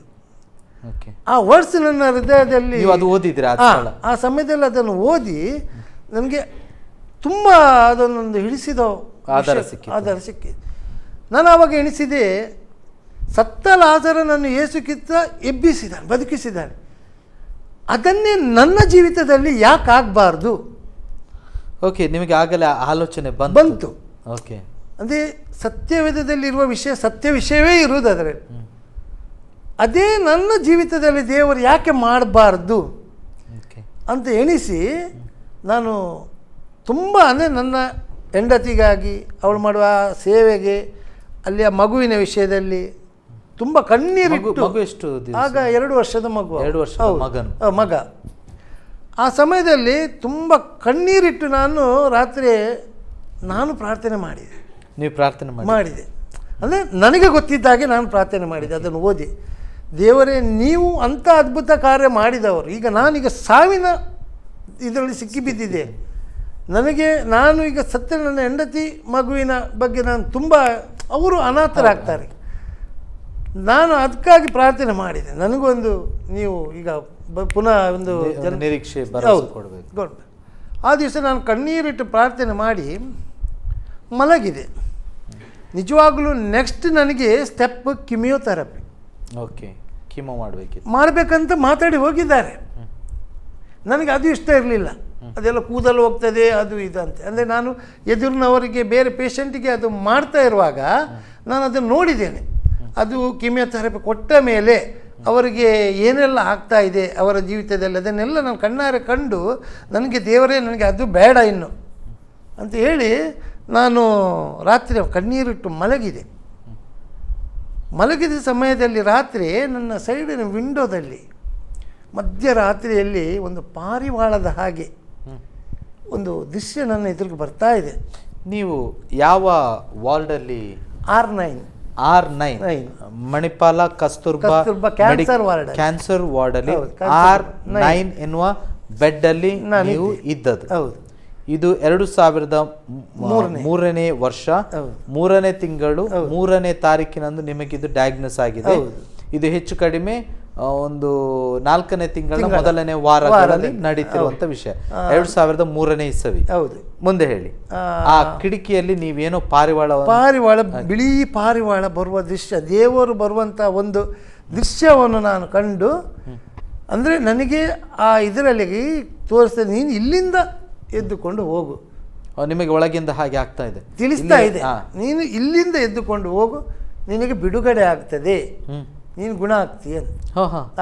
ನಿಮಗೆ ಹೇಗೆ ಆಗ್ತಿ? ನಿಮ್ಮ ಒಳಗಿಂದ ಆಗ್ತಿತ್ತು? ನನಗೆ ಆಗ್ತಾ ಉಂಟು. ಅದನ್ನು ನೋಡಿ ನಾನು ಅದನ್ನು ನೋಡಿ ಬೆಳಿಗ್ಗೆ ಎದ್ದವನೇ ಹೆಂಡತಿ ವಿಷಯ ತಿಳಿಸಿದೆ. ಕೂಡಲೇ ಮನೆಯವರಿಗೆ ಬರಲಿಕ್ಕೆ ಹೇಳಿದೆ. ನನಗೆ ಮೊದಲು ಇಲ್ಲಿಂದ ಹೊರಗೆ ಹೋಗಬೇಕು, ಬೆಥೆಲ್ ಚರ್ಚಿಗೆ. ಬೆಥೆಲ್ ಚರ್ಚ್ ಅವರು ಹೇಳಿ ಹೋಗಿದ್ದಾರೆ, ಅಲ್ಲಿಗೆ ಕರ್ಕೊಂಡು ಹೋಗಿ ಅಂತ. ಆ ಸಮಯದಲ್ಲಿ ಡಾಕ್ಟ್ರು ರೌಂಡ್ಸಿಗೆ ಬರ್ತಾರೆ. ರೌಂಡ್ಸಿಗೆ ಬಂದ ಸಮಯ ನನ್ನನ್ನು ನೋಡಿ ಅವರು ಇನ್ನೊಂದು 40,000 ರೂಪಾಯಿದ ಅರೇಂಜ್ಮೆಂಟ್ ಮಾಡಿ ಲಂಡನ್ನಿಂದ ಡಾಕ್ಟರ್ಸ್ ಬರ್ತಾರೆ ಅಂತೆಲ್ಲ ಹೇಳಿದರು.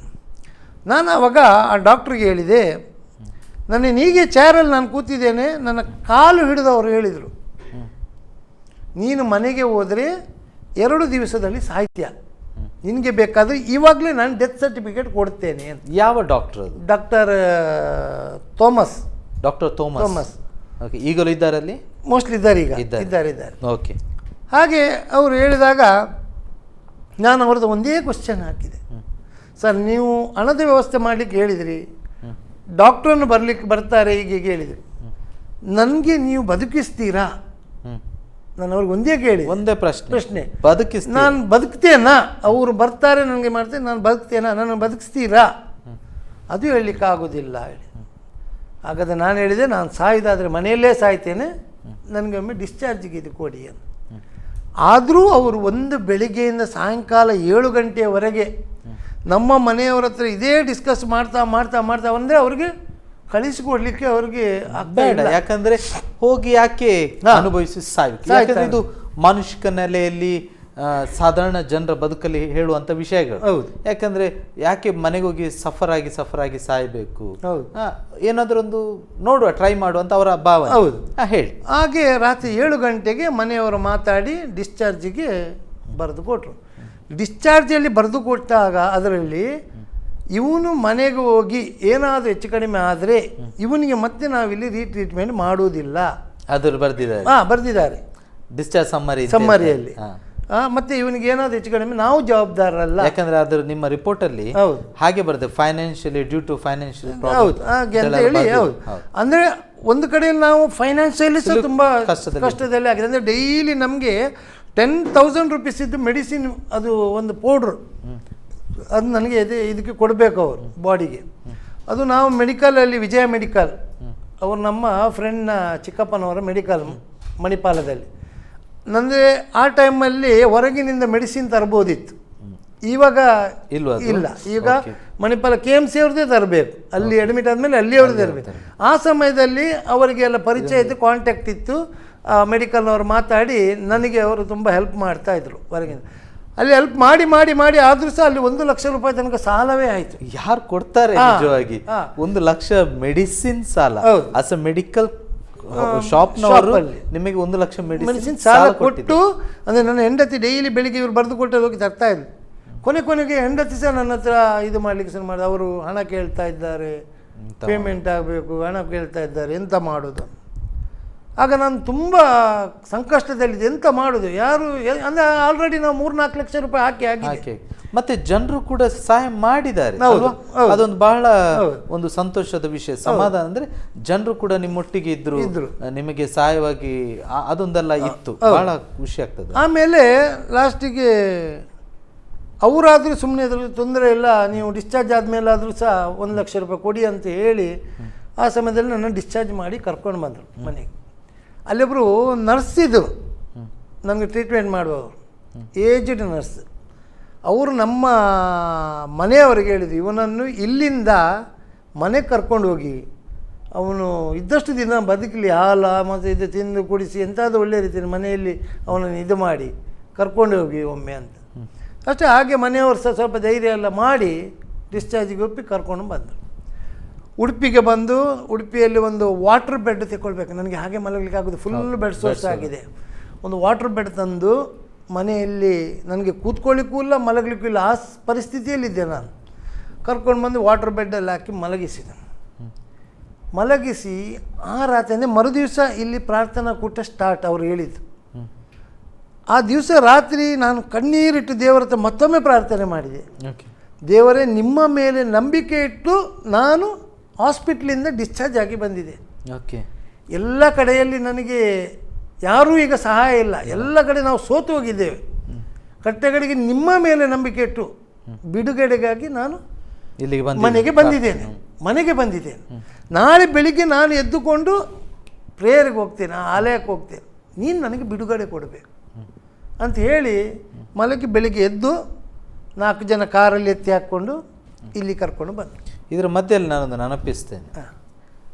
ನಾನು ನೀವು ಈ ಇಂಟರ್ವ್ಯೂಗೆ ಬರೋದಕ್ಕೋಸ್ಕರ ನಾನು ಕಾಯ್ತಾ ಇದ್ದೆ. ಅಂದರೆ ನಿನ್ನೆ ದಿವಸದಲ್ಲಿ ನಾನು ನಿಮ್ಮನ್ನು ಕಾಯ್ತಾ ಇದ್ದೆ. ನೀವು ಬರಲಿಕ್ಕೆ ತಡವಾಗಿದೆ, ಬರಲಿಕ್ಕೆ ಆಗ್ತಾ ಇಲ್ಲ. ಆ ಸಮಯದಲ್ಲಿ ಒಂದು ತಾಯಿಯವರು ನನಗೆ ಅಲ್ಲಿ ಕೆಳಗೆ ಸಿಕ್ಕಿದ್ರು, ಸ್ಟುಡಿಯೋದ ಕೆಳಗೆ ಒಂದು ತಾಯಿಯವರು ಸಿಕ್ಕಿದ್ರು. ಬಹಳ ಒಂದು ವಿಶೇಷ ಮಾತು ಹೇಳಿದ್ರು ಅವರು.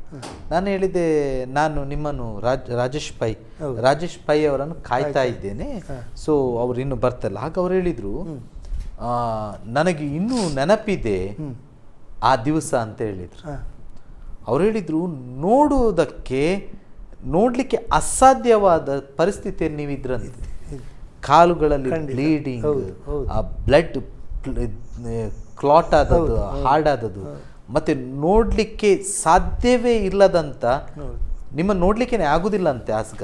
ಆ ಒಂದು ತಾಯಿಯವರು ನನ್ನ ಹತ್ರ ಅಲ್ಲಿ ಕೆಳಗಿದ್ರು, ಅವರು ನನ್ನ ಹತ್ರ ಹೇಳ್ತಾ ಇದ್ರು, ಅವರು ನನಗಿನ್ನೂ ನೆನಪಿದೆ, ಕಣ್ಣಿನಿಂದ ಇನ್ನೂ ಅದು ಮಾಚಲಿಲ್ಲ, ಯಾಕಂದ್ರೆ ಅಂಥ ಒಂದು ವಿಕಾರವಾದ ಸ್ಥಿತಿಯಲ್ಲಿ ಅವರು ಈ ಸ್ಥಳಕ್ಕೆ ಬಂದಾಗ ನಮಗೆ ಪ್ರೇಯರ್ ಮಾಡಲಿಕ್ಕೆ ಸಹ ಕಷ್ಟ ಆಗಿತ್ತು. ಬಿಕಾಸ್ ಅಂಥ ಪರಿಸ್ಥಿತಿಯಲ್ಲಿ ಇವನ್ ನನಗೂ ನೆನಪಿದೆ, ನನ್ನ ಸ್ನೇಹಿತರ ತಂದೆಗೋಸ್ಕರ ನಾವು ಪ್ರಾರ್ಥನೆ ಮಾಡ್ಲಿಕ್ಕೆ ಹೋದಾಗ ನಾವಿಬ್ಬರು ಪ್ರಾರ್ಥನೆ ಮಾಡ್ಲಿಕ್ಕೆ ಹೋದೆವು. ಅವರಿಗೂ ಕ್ಯಾನ್ಸರ್, ಲಂಗ್ಸ್ ಕ್ಯಾನ್ಸರ್. ಪ್ರಾರ್ಥನೆಗೆ ಹೋಗಿ ನಿಂತು ಅವರ ಪರಿಸ್ಥಿತಿ ನೋಡಿ ಎಲ್ಲರೂ ಕಣ್ಣು ಮುಚ್ಚಿದ್ದಾರೆ. ನಾನು ಆ ಸ್ಥಳದಿಂದ ಹೋಗಿ ಆಗಿದೆ. ನಾನು ಹೇಳಿದೆ, ನಾನು ಪ್ರಾರ್ಥನೆ ಮಾಡ್ತೇನೆ, ಬಟ್ ಹೊರಗೆ ಮಾಡ್ತೇನೆ, ಯಾಕೆ ತಡ್ಕೊಳ್ಳಿಕ್ಕೆ ಆಗ್ತಾ ಇಲ್ಲ ಅದು ನೋವು. ಆ ನೋವನ್ನು ನೋಡುವಾಗ ಅಲ್ಲಿ ಇರಲಿಕ್ಕೆ ಆಗಲಿಲ್ಲ. ಎಲ್ಲರೂ ಹುಡುಕುವಾಗ ನಾನಿಲ್ಲ, ಪ್ರಾರ್ಥನೆ ಮಾಡಬೇಕಾದವ ನಾನಿರಲಿಲ್ಲ ಆಯ್ತಲ್ಲಿ. ಆ ತಾಯಿ ಹೇಳುವಾಗ ನನಗೆ ಈಗ ನೀವು ಮಾತಾಡ್ತಿರುವಾಗ ಅವರ ಹೇಳಿದ ಮಾತೆ ನನಗೆ ಕಿವಿಗೆ ಕೇಳಿದಾಗೆ ಆಗ್ತುಂಟು. ಯಾಕಂದರೆ ನೋಡುವುದಕ್ಕೆ ಸಾಧ್ಯವಿಲ್ಲದಂಥ ಪರಿಸ್ಥಿತಿಯಲ್ಲಿ ನಿಮ್ಮನ್ನು ಈ ಸ್ಥಳಕ್ಕೆ ಬೇತೇಲ್ ಚರ್ಚ್ಗೆ ತಂದರು ಅಂತೇಳಿ ಅವರ ಮಾತು ಇತ್ತು. ಹೇಳಿ. ಅದೇ ಇಲ್ಲಿ ಕರ್ಕೊಂಡು ಬಂದಾಗ ಒಳಗಡೆ ಪ್ರಾರ್ಥನೆ ಆಗ್ತಾನೇ ಇದೆ. ಇಲ್ಲಿ ನಾನು ನನ್ನ ತಾಯಿ, ಈಗದು ಚರ್ಚ್ ಅಲ್ಲ, ಓಲ್ಡ್ ಚರ್ಚ್, ಖಾಲಿ ಕೆಳಗೆ ಮಾತ್ರ ಕೆಳಗೆ ಒಂದು ಹಾಲ್ ಆಗಿತ್ತು. ಕೆಳಗೆ ಅವರು ಹೇಳಿದ್ರು, ಇಲ್ಲಿ ಒಂದು ನಾನು ನಿಂತ ಸ್ಥಳದಲ್ಲೇ ಒಂದು ಹಾಲ್ ಇತ್ತು. ಹೌದು, ಕೆಳಗೆ. ಇದು ಈಗ ಅಲ್ಲಿ ಹಾಲ್ ಇಲ್ಲ, ಈಗ ಮನೆ ಆಗಿದೆ. ಆ ಹಾಲ್ ನಲ್ಲಿ ಪ್ರಾರ್ಥನೆ ಆಗ್ತಿತ್ತು. ಇಲ್ಲಿಗೆ ಇದೇ ಸ್ಥಳದಿಂದ ಕರ್ಕೊಂಡು ಬಂದ್ರು ಅಂತ ನನ್ನ ಹತ್ರ ಅವರು ಹೇಳ್ತಾ ಇದ್ರು. ಹೇಳಿ. ಹಾಗೆ ಒಳಗಡೆ ಹಾಲಲ್ಲಿ ಪ್ರೇಯರ್ ಆಗ್ತಾ ಇದೆ, ಹೊರಗಡೆ ಜಗಲಿಯಲ್ಲಿ ನನ್ನನ್ನು ತಂದು ಕೂತ್ಕೊಳಿಸಿದ್ದಾರೆ. ಅಂದರೆ ಮಲಗಲಿಕ್ಕೂ ಆಗೋದಿಲ್ಲ, ಕೂತ್ಕೊಳ್ಳಿಕ್ಕೂ ಆಗೋದಿಲ್ಲ. ಆ ಪರಿಸ್ಥಿತಿಯಲ್ಲಿ ಇದ್ದೇನೆ. ಮೈಯಲ್ಲಿ ಬಟ್ಟೆನೂ ಹಾಕ್ಲಿಕ್ಕೆ ಆಗೋದಿಲ್ಲ, ಒಂದು ಟವೆಲ್ ಆಗೋದಿಲ್ಲ. ಆ ಪರಿಸ್ಥಿತಿಯಲ್ಲಿ ಕರ್ಕೊಂಡ್ಬಂದಿದ್ದಾರೆ. ಕರ್ಕೊಂಡ್ಬಂದು ಒಳಗಡೆ ಪ್ರಾರ್ಥನೆ ಆಗ್ತಾನೇ ಇದೆ. ಆಗ ಡಾಕ್ಟರ್ ರಾಜ್ ಕೌಡಿಯರ್ ಅಂತ ಒಬ್ಬರು ಸೇವಕರು ಬಂದಿದ್ರು, ನಮ್ಮ ತ್ರಿವೇಂದ್ರಮ್ನವರು. ಹೌದು, ಡಾಕ್ಟರ್ ರಾಜ್ ಕೌಡಿಯರ್ ಅಂತ. ಅವರು ಪ್ರಾರ್ಥನೆ ಆಗ್ತಾರೆ. ಅವರಿಗೆ ನಾನು ಯಾರು, ನಾನು ಯಾಕೆ ಬಂದಿದ್ದೇನೆ, ಯಾವ ಪರಿಸ್ಥಿತಿಯಲ್ಲಿದ್ದೇನೆ ಎಂಥದ್ದು ಗೊತ್ತಿಲ್ಲ. ಎಲ್ಲರೂ ಕಣ್ಣು ಮುಚ್ಚಿ ಪ್ರಾರ್ಥನೆ ಮಾಡ್ತಾನೇ ಇದ್ದಾರೆ. ಅವರು ನನ್ನ ಹೆಸರನ್ನು ಬಾಯಲ್ಲಿ ಕರೆದು, ಇಂಥ ಒಬ್ಬ ರೋಗಿ ಬಂದಿದ್ದಾನೆ, ದೇವರು ಈ ಸಮಯದಲ್ಲಿ ಅವನಿಗೆ ಮುಟ್ಟಿದ್ದಾರೆ, ಅವನನ್ನು ಯಾರು ಮುಟ್ಟಬೇಡಿ. ಅಂದರೆ ಕರ್ಕೊಂಡು ಬರುವಾಗ 4 ಜನ ಎತ್ತಿಕೊಂಡು ನನ್ನನ್ನು ಕರ್ಕೊಂಡು ಬಂದದ್ದು. ನಡೆದಾಡುವ ಪರಿಸ್ಥಿತಿಯಲ್ಲಿ ಇಲ್ಲ ನಾನು. ಅವನನ್ನು ಯಾರು ಮುಟ್ಟಬೇಡಿ, ಅವನೇ ಎದ್ದುಕೊಂಡು ನಡ್ಕೊಂಡು ಬರ್ತಾನೆ ಒಳಗೆ. ದೇವರಲ್ಲಿ ಅದ್ಭುತ ಕಾರ್ಯ ಮಾಡಿದರು. ಆ ಸಮಯದಲ್ಲಿ ನಾನೇ ಎದ್ದುಕೊಂಡು ಆಲಯದ ಒಳಕ್ಕೆ ಬಂದು ನಡೆದಾಡಿದೆ. ಎಲ್ಲರೊಟ್ಟಿಗೆ ನಾನು ಕುಣಿದಾಡಿದೆ. ನನಗೆ ಆ ದಿವಸ ಬಿಡುಗಡೆ ಆಯಿತು. ಆ ಅದ್ಭುತ ಕಾರ್ಯ ಈಗ ಎಣಿಸುವಾಗ ಸಹ ನನ್ನ ರೋಮ ಎಲ್ಲ ಒಂಥರ ಜಿಮ್ಮ ಹೇಳ್ತದೆ. ಆ ಸಮಯದಲ್ಲಿ ದೇವರು ನನ್ನನ್ನು ಮುಟ್ಟಿ ಬಿಡುಗಡೆ ಕೊಟ್ಟರು. ಅಲ್ಲಿಂದ ನಾನು ನಡೀಲಿಕ್ಕೆ ಶುರು ಮಾಡಿದೆ. ನಡೀಲಿಕ್ಕೆ ಸ್ಟಾರ್ಟ್ ಮಾಡಿ ನಿಮಗೆ ಅವರು ನಿಮ್ಮನ್ನ ಹೆಸರನ್ನು ಹೇಳಿ ಅಷ್ಟು ಮಧ್ಯ ಅದು ಸಹ ನೀವು ಬಂದದವ್ರಿಗೆ ಗೊತ್ತಿಲ್ಲ, ನೀವು ಹೊರಗೆ ಇಲ್ಲ ನಾನು ಯಾರು ಒಳಗೆ ಅವರಷ್ಟಕ್ಕೆ ಪ್ರಾರ್ಥನೆ ಆಗ್ತಾನೇ ಇದೆ. ನಿಮ್ಮ ಹೆಸರನ್ನು ಹಿಡಿದು ಅವ್ರು ಕರೆದು ರಾಜೇಶ್ ಅಂತ ಹೆಸರು ಕರೆದು ನಾನು ಇಂಥ ರೋಗಿ ಅಂತ, ಯಾವ ಪೇಷಂಟ್ ಅಂತ ಅದನ್ನು ಹೇಳಿ ಬ್ಲಡ್ ಕ್ಯಾನ್ಸರ್ ಇರುವ ಒಬ್ಬ ವ್ಯಕ್ತಿಯು ಹೊರಗಿದ್ದಾರೆ, ಅವನನ್ನು ದೇವರಿಗೆ ಮುಟ್ಟಿದ್ದಾರೆ. ನೀವು ಯಾರು ಏನು ಮುಟ್ಟಬೇಡಿ, ಅವನೇ ಎದ್ದುಕೊಂಡು ಒಳಗೆ ಬರ್ತಾನೆ. ಸೊ ನೀವು ಅಲ್ಲಿಂದ ಎದ್ದುಕೊಂಡು ಒಳಗೆ ಬಂದೆ. ಒಳ್ಳೆಲ್ಲರೂ ಪ್ರಾರ್ಥನೆ ಮಾಡ್ತಾ ಇರುವಾಗ ನಾನು ಅವರ ಜೊತೆಗೆ ಇಲ್ಲಿಂದ ಅಲ್ಲಿ ತನಕ ಒಂದು ಹೆಜ್ಜೆ ಹಾಕದವ ನಾನು ನಡೆದಾಡಿದೆ, ಕುಣಿದಾಡಿದೆ. ಸಂತೋಷದಲ್ಲಿ ನಾನು ಪ್ರಾರ್ಥನೆ ಮಾಡಿದೆ. ನನಗೆ ದೇವರು ಆ ಸಮಯದಲ್ಲಿ ಬಿಡುಗಡೆ ಕೊಟ್ಟು, ಅಲ್ಲಿಂದ ನಾನು ಈ ಹಾಸ್ಪಿಟಲಿಂದ ಬಂದ ಮೇಲೆ ಡ್ರೆಸ್ಸಿಂಗ್ ಆಗಬೇಕಲ್ಲ, ಇದೇ ಕಡ್ಪಾಡಿಯಲ್ಲಿ ಡಾಕ್ಟರ್ ಶೀಶ ಕೊರಡಕಲ್ ಅಂತ ಇದ್ದಾರೆ. ನೀವು ನಡ್ಕೊಂಡು ಬಂದಿರಿ ಅಂತ ಹೇಳಿದ್ರಿ. ಹೌದು. ನೀವು ಅಲ್ಲಿವರೆಗೆ ನಡಿಲಿಕ್ಕೆ ಆಗ್ತಿರಲಿಲ್ಲ, ನೀವು ಬೆಡ್ಡಲ್ಲಿ ಇದ್ದೇನೆ. ನಿಮ್ಮನ್ನು ಎತ್ತಿಕೊಂಡು ಜನ ಬಂದ ಕರ್ಕೊಂಡು ಬಂದು 4 ಜನ ಎತ್ಕೊಂಡು ಇಲ್ಲಿ ಕರ್ಕೊಂಡು. ನೀವು ನಂತರ ಹೋಗುವಾಗ ನಡ್ಕೊಂಡು ಹೋದದ? ಅದರ ನಂತರ ನಾನು ಅಲ್ಲಿಂದ ನಾನೇ ಅಂದರೆ ಅಲ್ಲಿ ನಾನು ಓಡಾಡಿದೆ, ನಡೆದಾಡಿದೆ. ಕಾಯಲ್ಲಿ ಗಾಯ ಉಂಟು, ಬ್ಯಾಂಡೇಜ್ ಉಂಟು, ಎಲ್ಲ ಉಂಟು. ಹೋಗುವಾಗ ನಾನೇ ಒಬ್ಬನೇ ಇಳಿದುಕೊಂಡು ಕಾರಲ್ಲಿ ಹೋದೆವು. ಪ್ರಿಯರೇ, ನಾವು ಮಾತಾಡ್ತಿರೋದು ಮಿಸ್ಟರ್ ರಾಜೇಶ್ ಪೈ ಎಂಬುವರೊಂದಿಗೆ. ವೃತ್ತಿಯಲ್ಲಿ ಒಬ್ಬ ಡ್ರೈವರ್ ಆಗಿರುವವರು, ಬದುಕಿನಲ್ಲಿ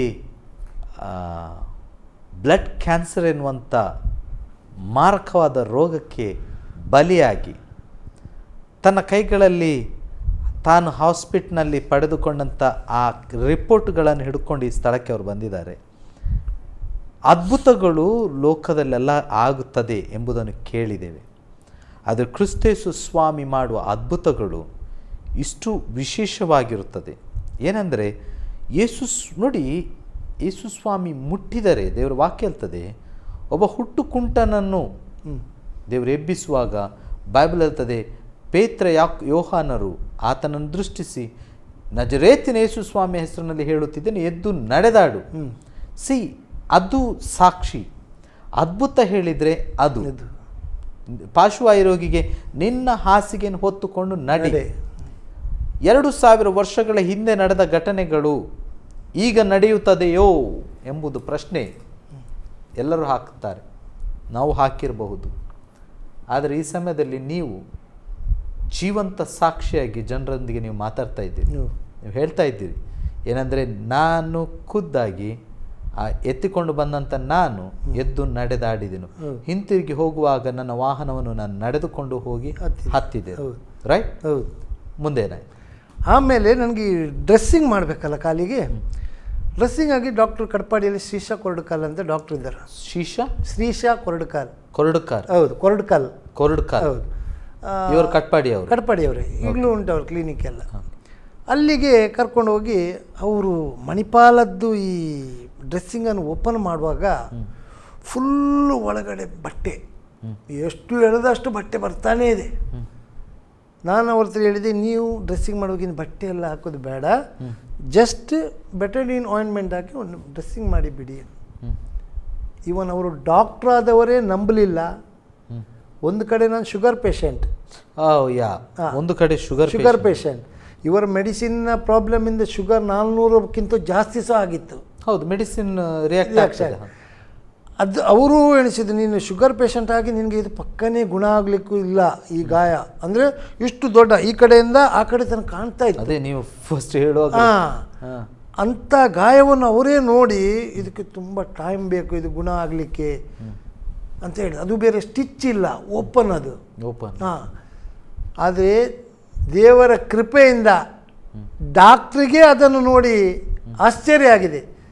2 ದಿವಸ ಬಿಟ್ಟು ನಾನು ಬರೀ 2 ಸಲ ಅವರ ಹತ್ತಿರ ಹೋದದ್ದು, ಕಂಪ್ಲೀಟ್ ಗಾಯವಾಸಿ. ಏನು ಹೇಳ್ತೀರಿ ನೀವು?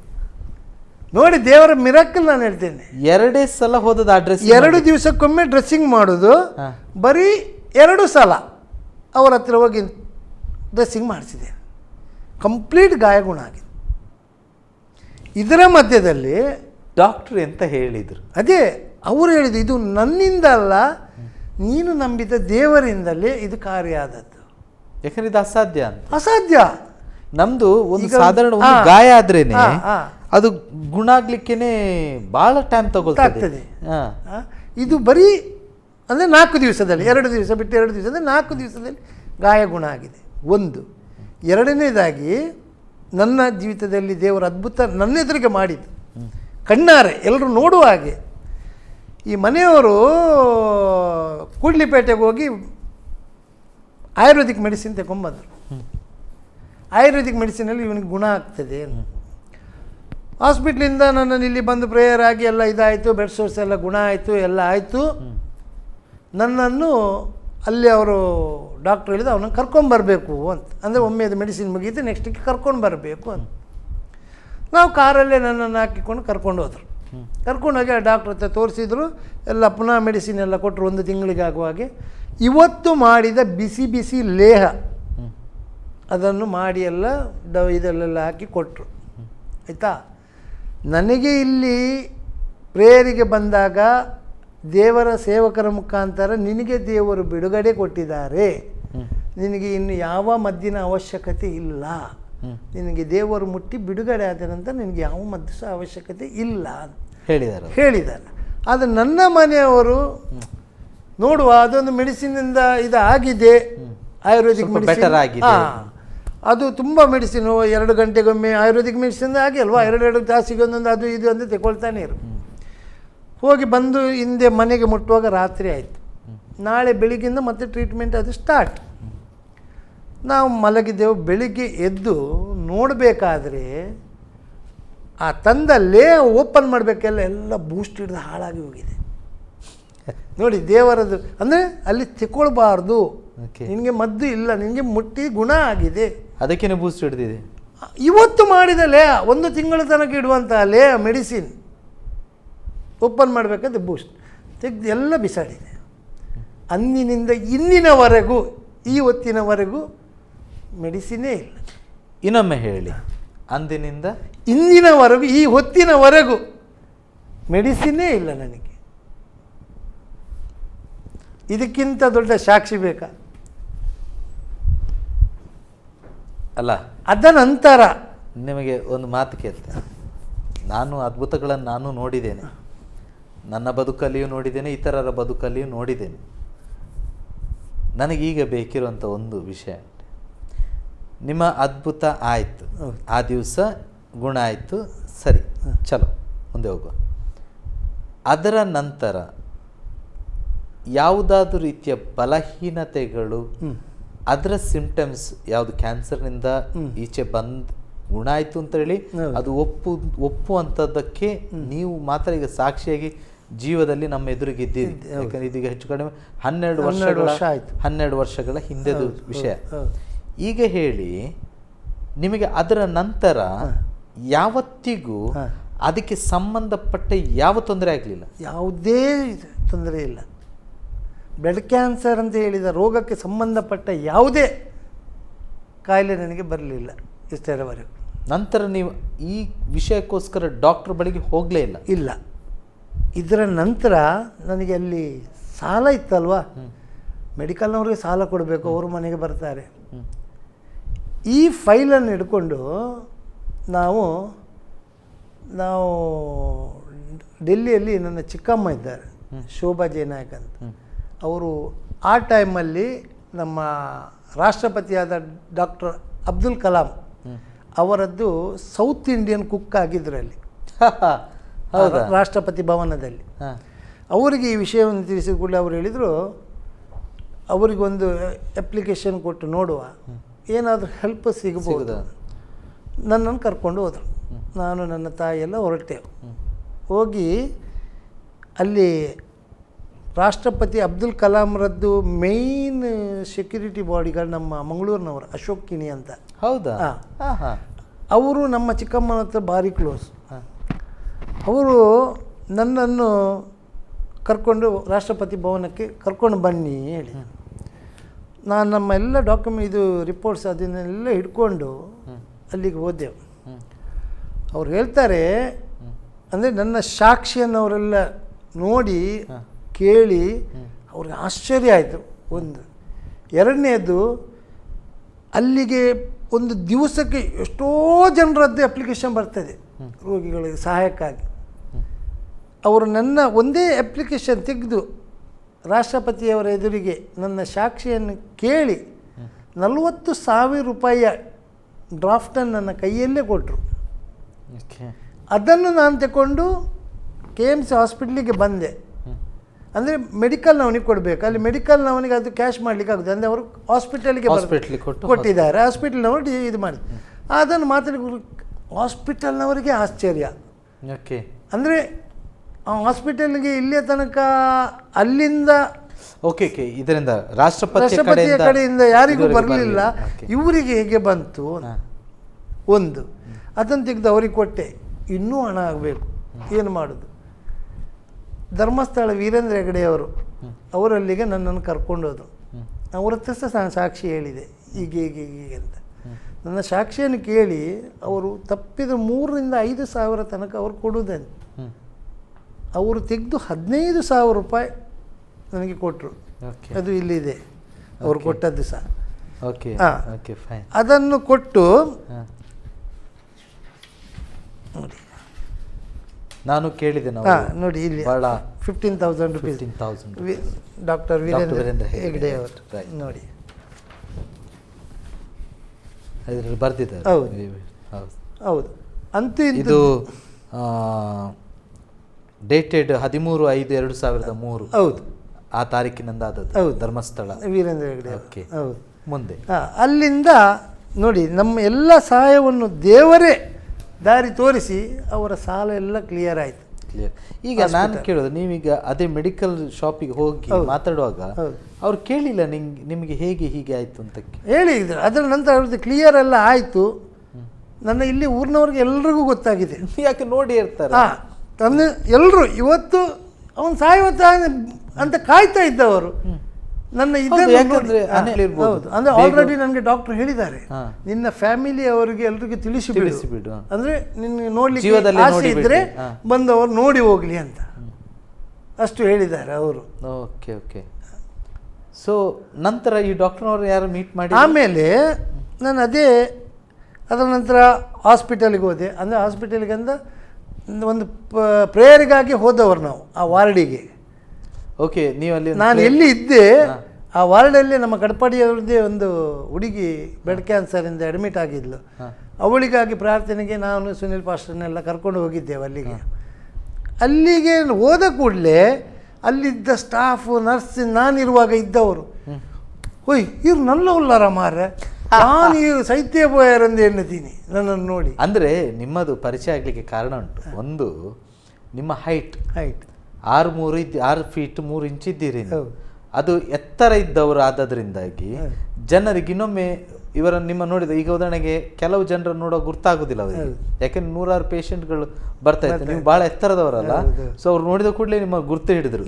ಅವ್ರು ಹೇಳಿದ್ರು ನಿಮಗೆ ನೀವು ಇಷ್ಟೊತ್ತಿಗೆ ಸತ್ತು. ಯಾನೇನಿದ್ದೀನಿ ಈಗ ಈ ಸೈತ್ಯ ಬೋತಾರಂದು ಏನಿದ್ರು ಮರಿ ನಂಗ್ಲ ಬದುಕಿದ್ದಾರಮ್ಮ ನಾನು ಹೇಳಿದೆ. ನೀವಾಗ ಸರಿ ಈಗ ಇದ್ದಾಗಿದ್ದೀರಿ. ಈಗ ಇದ್ದಾಗೆ ಎಲ್ಲ ಕಂಪ್ಲೀಟ್ ಕ್ಯೂರ್ ಆಗಿ ನಡ್ಕೊಂಡು ಹೋಗ್ತಾ ಇದ್ದೆ. ಅಂದರೆ ಫಾಸ್ಟ್ ಒಟ್ಟಿಗೆ ನಾನು ಡ್ರೈವ್ ಮಾಡಿಕೊಂಡು ಫಾಸ್ಟ್ ಒಟ್ಟಿಗೆ ಸೇವೆಗೆಲ್ಲ ಹೋಗ್ತಾ ಇದ್ದೆ, ಬ್ಯಾಂಗ್ಳೂರು ಮೈಸೂರು ಅಲ್ಲ ಆ ಟೈಮಲ್ಲಿ ಅವರೊಟ್ಟಿಗೆ ಫಸ್ಟಿಗೆ ಹಾಗೆ ಹೋಗ್ತಾ ಇದ್ದ. ಅವರು ನೋಡಿ ಅವ್ರಿಗೆ ಆಶ್ಚರ್ಯ. ಹಾಗೆ ಡಾಕ್ಟರ್ನವರು ಮೀಟ್ ಮಾಡಿದ್ರೆ ಯಾರಾದರೂ? ಡಾಕ್ಟರ್ನವರಂದರೆ ಅಲ್ಲಿ ಬೇರೆ ಡಾಕ್ಟರ್ ಎಲ್ಲ, ಈ ಡಾಕ್ಟರ್ ಇರಲಿಲ್ಲ ಆ ಟೈಮಲ್ಲಿ. ಅವ್ರು ಬಿಟ್ಟು ಹೋಗಿದ್ರು, ಸ್ವಲ್ಪ ರಜೆಯಲ್ಲಿ ಏನೋ ಹೋಗಿದ್ರು. ಇನ್ನೊಬ್ಬರು ಕುರಿಯನ್ ಸರ್ ಹೇಳಿದೆ, ಅವರು ಶ್ರೀಲಂಕಾಕ್ಕೆ ಇದಾಗಿ ಹೋಗಿದ್ರು. ಮತ್ತು ನನಗೆ ತುಂಬ ಜನರು ಹೇಳಿದರು ಅವರ ಮೇಲೆ ಕ್ಲೈಮ್ ಮಾಡಿ ಹಾಸ್ಪಿಟಲ್ನ ವಿಷಯದಲ್ಲಿ ಅಂತ ಹೇಳಿ. ನಾನು ಅದೆಲ್ಲ ಮಾಡ್ಲಿಕ್ಕೆ ಹೋಗಲಿಲ್ಲ. ಇಲ್ಲ, ಯಾಕಂದರೆ ಕಾರಣಗಳು ಅದೇ ಅನೇಕ ಸಲ ಆಗುವಂಥದ್ದು ಕೆಲವು ಕಾರಣಗಳು ಮಾತ್ರ. ಹೌದು. ಆದರೆ ನಿಮಗೆ ನಿಮ್ಮ ಸ್ನೇಹಿತರು ಸಿಕ್ಕುವಾಗ ಅವರ ರಿಯಾಕ್ಷನ್ ಹೇಗೆ ಉಂಟು? ಅಂದರೆ ಅವರಿಗೆ ಅಂದರೆ ನನ್ನನ್ನು ನೋಡಿ ತುಂಬ ಜನರಿಗೆ ಒಂದು ಅಂದರೆ ಅವನು ಸಾಯುವಂಥವನನ್ನು ಬದುಕಿದ ಈಗಲೂ ಹೇಳ್ತಾರೆ. ಈಗ ನಿಮ್ಮ ಆ ಸಹಾಯ ಮಾಡ್ತಿದ್ದ ಒಂದು 2-3 ಸ್ನೇಹಿತರು, ಅವರಿಗೆ ನೀವು ಪೂರ್ತಿ ಸೌಖ್ಯವಾಗಿ ಬರುವಾಗ ಅವರ ಭಾವನೆಗಳು ಹೇಗಿತ್ತು? ಯಾಕಂದ್ರೆ ಇದು ಹೇಗೆ ಅಂತ ಹೇಳಿದ್ರೆ, ಒಬ್ಬ ವ್ಯಕ್ತಿ ಡೆಡ್ ಮ್ಯಾನ್ ವಾಕಿಂಗ್ ಅಂತ ಹೇಳ್ತಾರೆ. ಒಬ್ಬ ವ್ಯಕ್ತಿಯು ಸೆರೆಮನೆಯಿಂದ ಗಲ್ಲು ಶಿಕ್ಷೆ ಹೊಂದುವ ಸ್ಥಳಕ್ಕೆವರೆಗೆ ನಡೆಯುವಂತ ಆ ನಡೆಗೆ ಡೆಡ್ ಮ್ಯಾನ್ ವಾಕಿಂಗ್ ಅಂತ.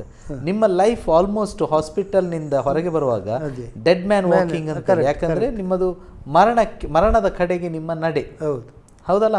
ಹೀಗೇನೆ ನಿಮ್ಮದು ನಡೆ ಇತ್ತು. ಸೊ ನೀವು ತಿರುಗಿ ಆ ಮರಣದಿಂದ ಹೊರಗೆ ಬಂದು ಜನರ ಮಧ್ಯದಲ್ಲಿ ಕಂಡು ಬರುವಾಗ ಅವರ ಭಾವನೆಗಳು, ಅವರ ನೋಟಗಳು ಹೇಗಿತ್ತು? ತುಂಬ ಸಂತೋಷ ಆಗಿದೆ ಅವರಿಗೆ. ಅಂದರೆ ಅವರು ಮಾಡಿದ ಉಪಕಾರಕ್ಕೆ ದೇವರು ಪ್ರತಿಫಲವನ್ನು ಕೊಟ್ಟರಲ್ಲ, ಅದು ತುಂಬ ಅಂದರೆ ತುಂಬ. ಅದರ ನಂತರ ಅವರು ನನ್ನಂಥವರಿಗೆ ಯಾರು ಇದು ಬೇರೆಯವರಿಗೆ ಅದು ಅವರಿಗಾಗಿ ಪ್ರಾರ್ಥನೆ ಮಾಡಿ ಅದು ಇದಂತ ಹೇಳಿ ಹೇಳ್ತಿದ್ರು. ಕರ್ಕೊಂಡು ಬನ್ನಿ, ಸುನಿಲ್ ಪಾಸ್ಟರ್ನ ಬರ್ಲಿಕ್ಕೆ ಹೇಳಿ ಪ್ರೇಯರ್ಗಾಗಿ ಕರ್ಕೊಂಡು ಬನ್ನಿ, ಅವರಿಗೂ ಒಂದು ಒಳ್ಳೆಯದಾಗಲಿ ಅಂತೇಳಿ. ಅದು ಒಂದು ಒಳ್ಳೆ ಸ್ವಭಾವ. ಯಾಕಂತಂದ್ರೆ ನಮಗೆ ಆದ ಒಳ್ಳೆತನ ಇತರರಿಗಾಗಲಿ, ಇತರರಿಗೆ ಒಳ್ಳೇದಾಗಲಿ ಅನ್ನುವಂಥ ಭಾವನೆ ಬಹಳ ಸಂತೋಷ. ಈಗ ಹೇಳಿ, ಇದೆಲ್ಲ ಘಟನೆಗಳಾದ ನಂತರ ನೀವು ಕ್ರಿಸ್ತೇಸು ಸ್ವಾಮಿಯನ್ನು ನಿಮ್ಮ ರಕ್ಷಕನನ್ನಾಗಿ ಅಂಗೀಕರಿಸಿದ್ರ? ಹೌದು, ಅಂಗೀಕರಿಸಿದೆ. ಯಾವಾಗ ನೀವು ಅಂಗೀಕರಿಸಿ? ನಾನು ಡೇಟ್ ಅಲ್ಲ, ಯಾವ 10 ಸಮಯಗಳಲ್ಲಿ? ಅದೇ ಸಮಯ ಅಂದರೆ ಆ ಟೈಮಲ್ಲಿ 19 ಅಕ್ಟೋಬರ್ 2003 ಹೌದು. ಅದೇ ಸಮಯದಲ್ಲಿ ನೀವು ನಿಮ್ಮ ರಕ್ಷಕನನ್ನಾಗಿ ಅಂಗೀಕರಿಸಿಕೊಂಡಿದ್ದೆ. ನೀರಿನಲ್ಲಿ ಮುಳುಗಿ ದೀಕ್ಷಾ ಸ್ನಾನವನ್ನು ಸಹ ತೆಗೆದುಕೊಂಡಿದ್ದೆ. ನೀರಿನಲ್ಲಿ ಮುಳುಗಿ ದೀಕ್ಷಾ ಸ್ನಾನ ಸಹ ತೆಗೆದುಕೊಂಡಿದ್ದೆ. ಸೊ ಈಗ ನಿಮ್ಮ ಹೃದಯದಲ್ಲಿ ಒಂದು ಸಂತೋಷವಿದೆ. ಹೌದು. ನಿಮ್ಮ ಕೈಯಲ್ಲಿ ಒಂದು ಸಾಕ್ಷಿ ಇದೆ. ಹೌದು. ದೇವರು ಜೀವಿಸ್ತಾನೆ, ದೇವರು ಸೌಖ್ಯ ಕೊಡುತ್ತಾನೆ ಎಂಬುದಾಗಿ. ಅದರ ನಂತರ ಇನ್ನೊಂದು ಮಗುವನ್ನು ಸಹ ಕೊಟ್ಟು ನನಗೆ ಅದನ್ನು ನಾನು ಕೇಳಬೇಕಿತ್ತು. 2005 ಅಲ್ಲಿ ನಿಮಗೆ ದೇವರು ಎರಡನೇ ಮಗುವನ್ನು ಕೊಟ್ಟ. ನಿಮಗೆ ಏನು ಅನಿಸ್ತದೆ ಇದೆಲ್ಲ ನೋಡುವಾಗ? ತುಂಬ ಸಂತೋಷ ಆಗ್ತದೆ. ಈಗ ನಾನು ನನ್ನ ಹೆಂಡತಿ ಮಕ್ಕಳೊಂದಿಗೆ ತುಂಬ ಸಂತೋಷದಲ್ಲಿದ್ದೆ. ಅದ್ಭುತಗಳು ಅಂತ ನಾವು ಅನ್ನುತ್ತೇವೆ. ಇಂಥ ಅದ್ಭುತಗಳನ್ನು ಕೇಳುವಾಗ ನಮ್ಮ ಮಾತುಗಳು ನಮಗೆ ಬರುವುದಿಲ್ಲ. ಯಾಕಂದರೆ ನಾವು ಎಲ್ಲೆಲ್ಲೋ ಹೇಗೆ ಹೋಗಿ ಕೇಳಿದ್ದೇವೆ, ಆದರೆ ನಮ್ಮ ಪಕ್ಕದಲ್ಲಿರುವ ವ್ಯಕ್ತಿ ಇಂಥ ಒಂದು ಬದುಕಿನಿಂದ ಬಂದಿದ್ದಾನೆ. ಯಾಕಂದರೆ ನಾವು ಈಗ ತಾನೇ ಅನೇಕರನ್ನು ಸಂದರ್ಶನ ಮಾಡ್ತಾ ಇದ್ದೇವೆ, ಅನೇಕರ ಬದುಕಿನಲ್ಲಿ ಆದ ಅದ್ಭುತಗಳನ್ನು ನಾವು ಕೇಳ್ತಾ ಇದ್ದೇವೆ. ಇದೊಂದು ಅದ್ಭುತ ಬಹಳ ವಿಚಿತ್ರ ನಿಮ್ಮ ಬದುಕಿನಲ್ಲಿ. ಯಾಕಂದರೆ ಬ್ಲಡ್ ಕ್ಯಾನ್ಸರ್ ಡೆತ್, ಮರಣದ ಬಾಗಿಲಿಗೆ ಹೋಗಿ ಹಿಂತಿರುಗಿ ಬರುವಂಥದ್ದು. ಸೊ ಈಗ ನಿಮ್ಮ ಜೀವಿತದಲ್ಲಿ ಒಂದು ತೃಪ್ತಿ ಇದೆ, ನಿಮಗೊಂದು ಸಮಾಧಾನವಿದೆ. ಯಾಕಂದರೆ ಈಗ ಎಲ್ಲಕ್ಕಿಂತ ಹೆಚ್ಚು ಒಂದು ವೇಳೆ ನಾಳೆ ಯಾಕಂದರೆ ನೀವು ಅಮರರಲ್ಲ. ಉದಾಹರಣೆಗೆ ನಿಮ್ಮನ್ನು ಮರಣದಿಂದ ಹೊರಗೆ ಬಂದಿರಿ ಹೇಳಿ ನಾಳೆ ಸಾಯುವುದಿಲ್ಲ ಅಂತೇಳಿ ಒಂದು ದಿವಸ ನಮಗೂ ಹಿಂತಿರುಗಿ ಹೋಗಬೇಕಾಗಿದೆ. ನಮ್ಮನ್ನು ಕಳುಹಿಸಿದ ಆತನ ಬಳಿಗೆ ನಾವು ಹೋಗಬೇಕಾಗಿದೆ. ಸೊ ಈಗ ನಿಮಗೊಂದು ನಿರೀಕ್ಷೆ ಇದೆ. ಯಾವ ನಿರೀಕ್ಷೆ? ಪರಲೋಕದ ನಿರೀಕ್ಷೆ, ನಿತ್ಯ ಜೀವ, ಪರಲೋಕ. ನೀವು ಅದಕ್ಕೆ ಹೋಗ್ತೇನೆ ಅನ್ನುವಂಥ ನಿರೀಕ್ಷೆ ಉಂಟಾ? ಇದೆ. ಸೊ ಅದರಿಂದಾಗಿ ನಿಮಗೆ ಸಂತೋಷವಿದೆ, ಸತ್ಯವಾಗಿ. ಸೊ ಹಾಗಾದರೆ ದೇವರು ನಿಮಗೆ ಈ ಅದ್ಭುತ ಆದ ನಂತರ ಇನ್ನೊಂದು ಮಗನನ್ನು ಕೊಟ್ಟ. ಇದು ಇನ್ನೊಂದು ಸಾಕ್ಷಿ. ಯಾಕಂತ ಹೇಳಿದ್ರೆ ನೀವು ಸಂಪೂರ್ಣ ಗುಣಮುಖರಾಗಿದ್ದೀರಿ ಎನ್ನುವಂಥದ್ದಕ್ಕೆ ಲೋಕಕ್ಕೆ ಇನ್ನೊಂದು ಸಾಕ್ಷಿ ಏನಂದರೆ ನಿಮಗೆ ಇನ್ನೊಂದು ಮಗು ಆದದ್ದು. ಸೊ ಎಷ್ಟನೇ ಕ್ಲಾಸ್ ಅವನು? ಅವನಿಗೆ 5th ಸ್ಟ್ಯಾಂಡರ್ಡ್ನಲ್ಲಿ ಇದ್ದ, ದೊಡ್ಡವ 10th ಸ್ಟ್ಯಾಂಡರ್ಡ್. ಬಹಳ ಸಂತೋಷ. ದೇವರಿಂಥ ಅದ್ಭುತಗಳನ್ನು ನಿಮ್ಮ ಬದುಕಿನಲ್ಲಿ ದೇವರು ಮಾಡಿದ್ದಾನೆ. ನೀವು ಇತರರಿಗೆ ಆಶೀರ್ವಾದವಾಗಿರಿ, ಇತರರಿಗೆ ಸಾಕ್ಷಿಯಾಗಿರಿ. ಈ ಕಾರ್ಯಕ್ರಮವನ್ನು ನೋಡುತ್ತಿರುವಂಥ ಜನರಿಗೆ ಒಂದು ಹೊಸ ನಿರೀಕ್ಷೆ ಈ ಕಾರ್ಯಕ್ರಮದ ಮೂಲಕವಾಗಿ ಹುಟ್ಟಲಿ. ಮಾತ್ರವಲ್ಲದೆ ದೇವರು ಸೌಖ್ಯಪಡಿಸುತ್ತಾನೆ.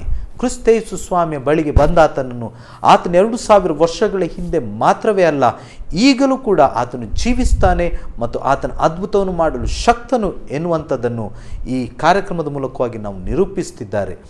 ರಾಜೇಶ್ ಪೈ ಅವರೊಂದಿಗೆ ನಾವು ಇಷ್ಟೊತ್ತು ನಿಮ್ಮೊಂದಿಗೆ ಕಳೆದ ಸಮಯವು ನಾನು ನಂಬ್ತೇನೆ ಬಹಳ ಬಹಳ ಉತ್ತಮವಾಗಿತ್ತು. ಯಾಕಂತೇಳಿದರೆ ನಾನು ಭಾಳ ವೈಯಕ್ತಿಕವಾಗಿ ನಿಮ್ಮನ್ನು ಸಂಧಿಸ್ತಾ ಇದ್ದೇನೆ.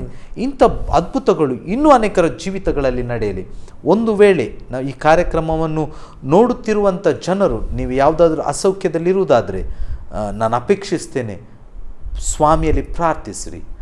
ನಿಮ್ಮ ಬದುಕಿಗೆ ಅದ್ಭುತ ಮಾಡಿದ ದೇವರು ಎಲ್ಲರ ಬದುಕಲ್ಲಿಯೂ ಅದ್ಭುತ ಮಾಡಲು ಶಕ್ತನಾಗಿದ್ದಾನೆ. ಅವನು ಮಾಡ್ತಾನೆ, ಮಾಡಬೇಕಾಗಿದೆ. ಯಾಕಂದರೆ ಎಲ್ಲರಿಗೂ ಆತನು ಪ್ರಿಯನಾಗಿದ್ದಾನೆ, ಎಲ್ಲರನ್ನ ಆತನು ಪ್ರೀತಿಸ್ತಾನೆ. ದೇವರ ವಾಕ್ಯ ಹೇಳ್ತದೆ, ದೇವರು ಲೋಕದ ಮೇಲೆ ಎಷ್ಟು ಪ್ರೀತಿಯನ್ನಿಟ್ಟು ತನ್ನ ಒಬ್ಬನೇ ಮಗನನ್ನು ಕಳುಹಿಸಿದನು. ಆತನನ್ನು ನಂಬುವವನು ಒಬ್ಬನು ನಾಶವಾಗದೆ ಎಲ್ಲರೂ ನಿತ್ಯ ಜೀವವನ್ನು ಹೊಂದಬೇಕೆಂದು ಆತನನ್ನು ಕೊಟ್ಟನೆಂಬುದಾಗಿ ಈ ಕಾರ್ಯಕ್ರಮದ ಮೂಲಕವಾಗಿ ಈ ಅತಿಥಿಯನ್ನು ಸಂದರ್ಶಿಸುವುದರಲ್ಲಿ ನಾವು ಸಂತೋಷಿಸ್ತೇವೆ. ಇನ್ನೊಂದು, ನಮ್ಮ ಕುಟುಂಬದಲ್ಲಿ ದೇವರು ಇನ್ನೊಂದು ಅದ್ಭುತ ಕಾರ್ಯ ಮಾಡಿದ್ದಾರೆ. ಹೇಳಿ.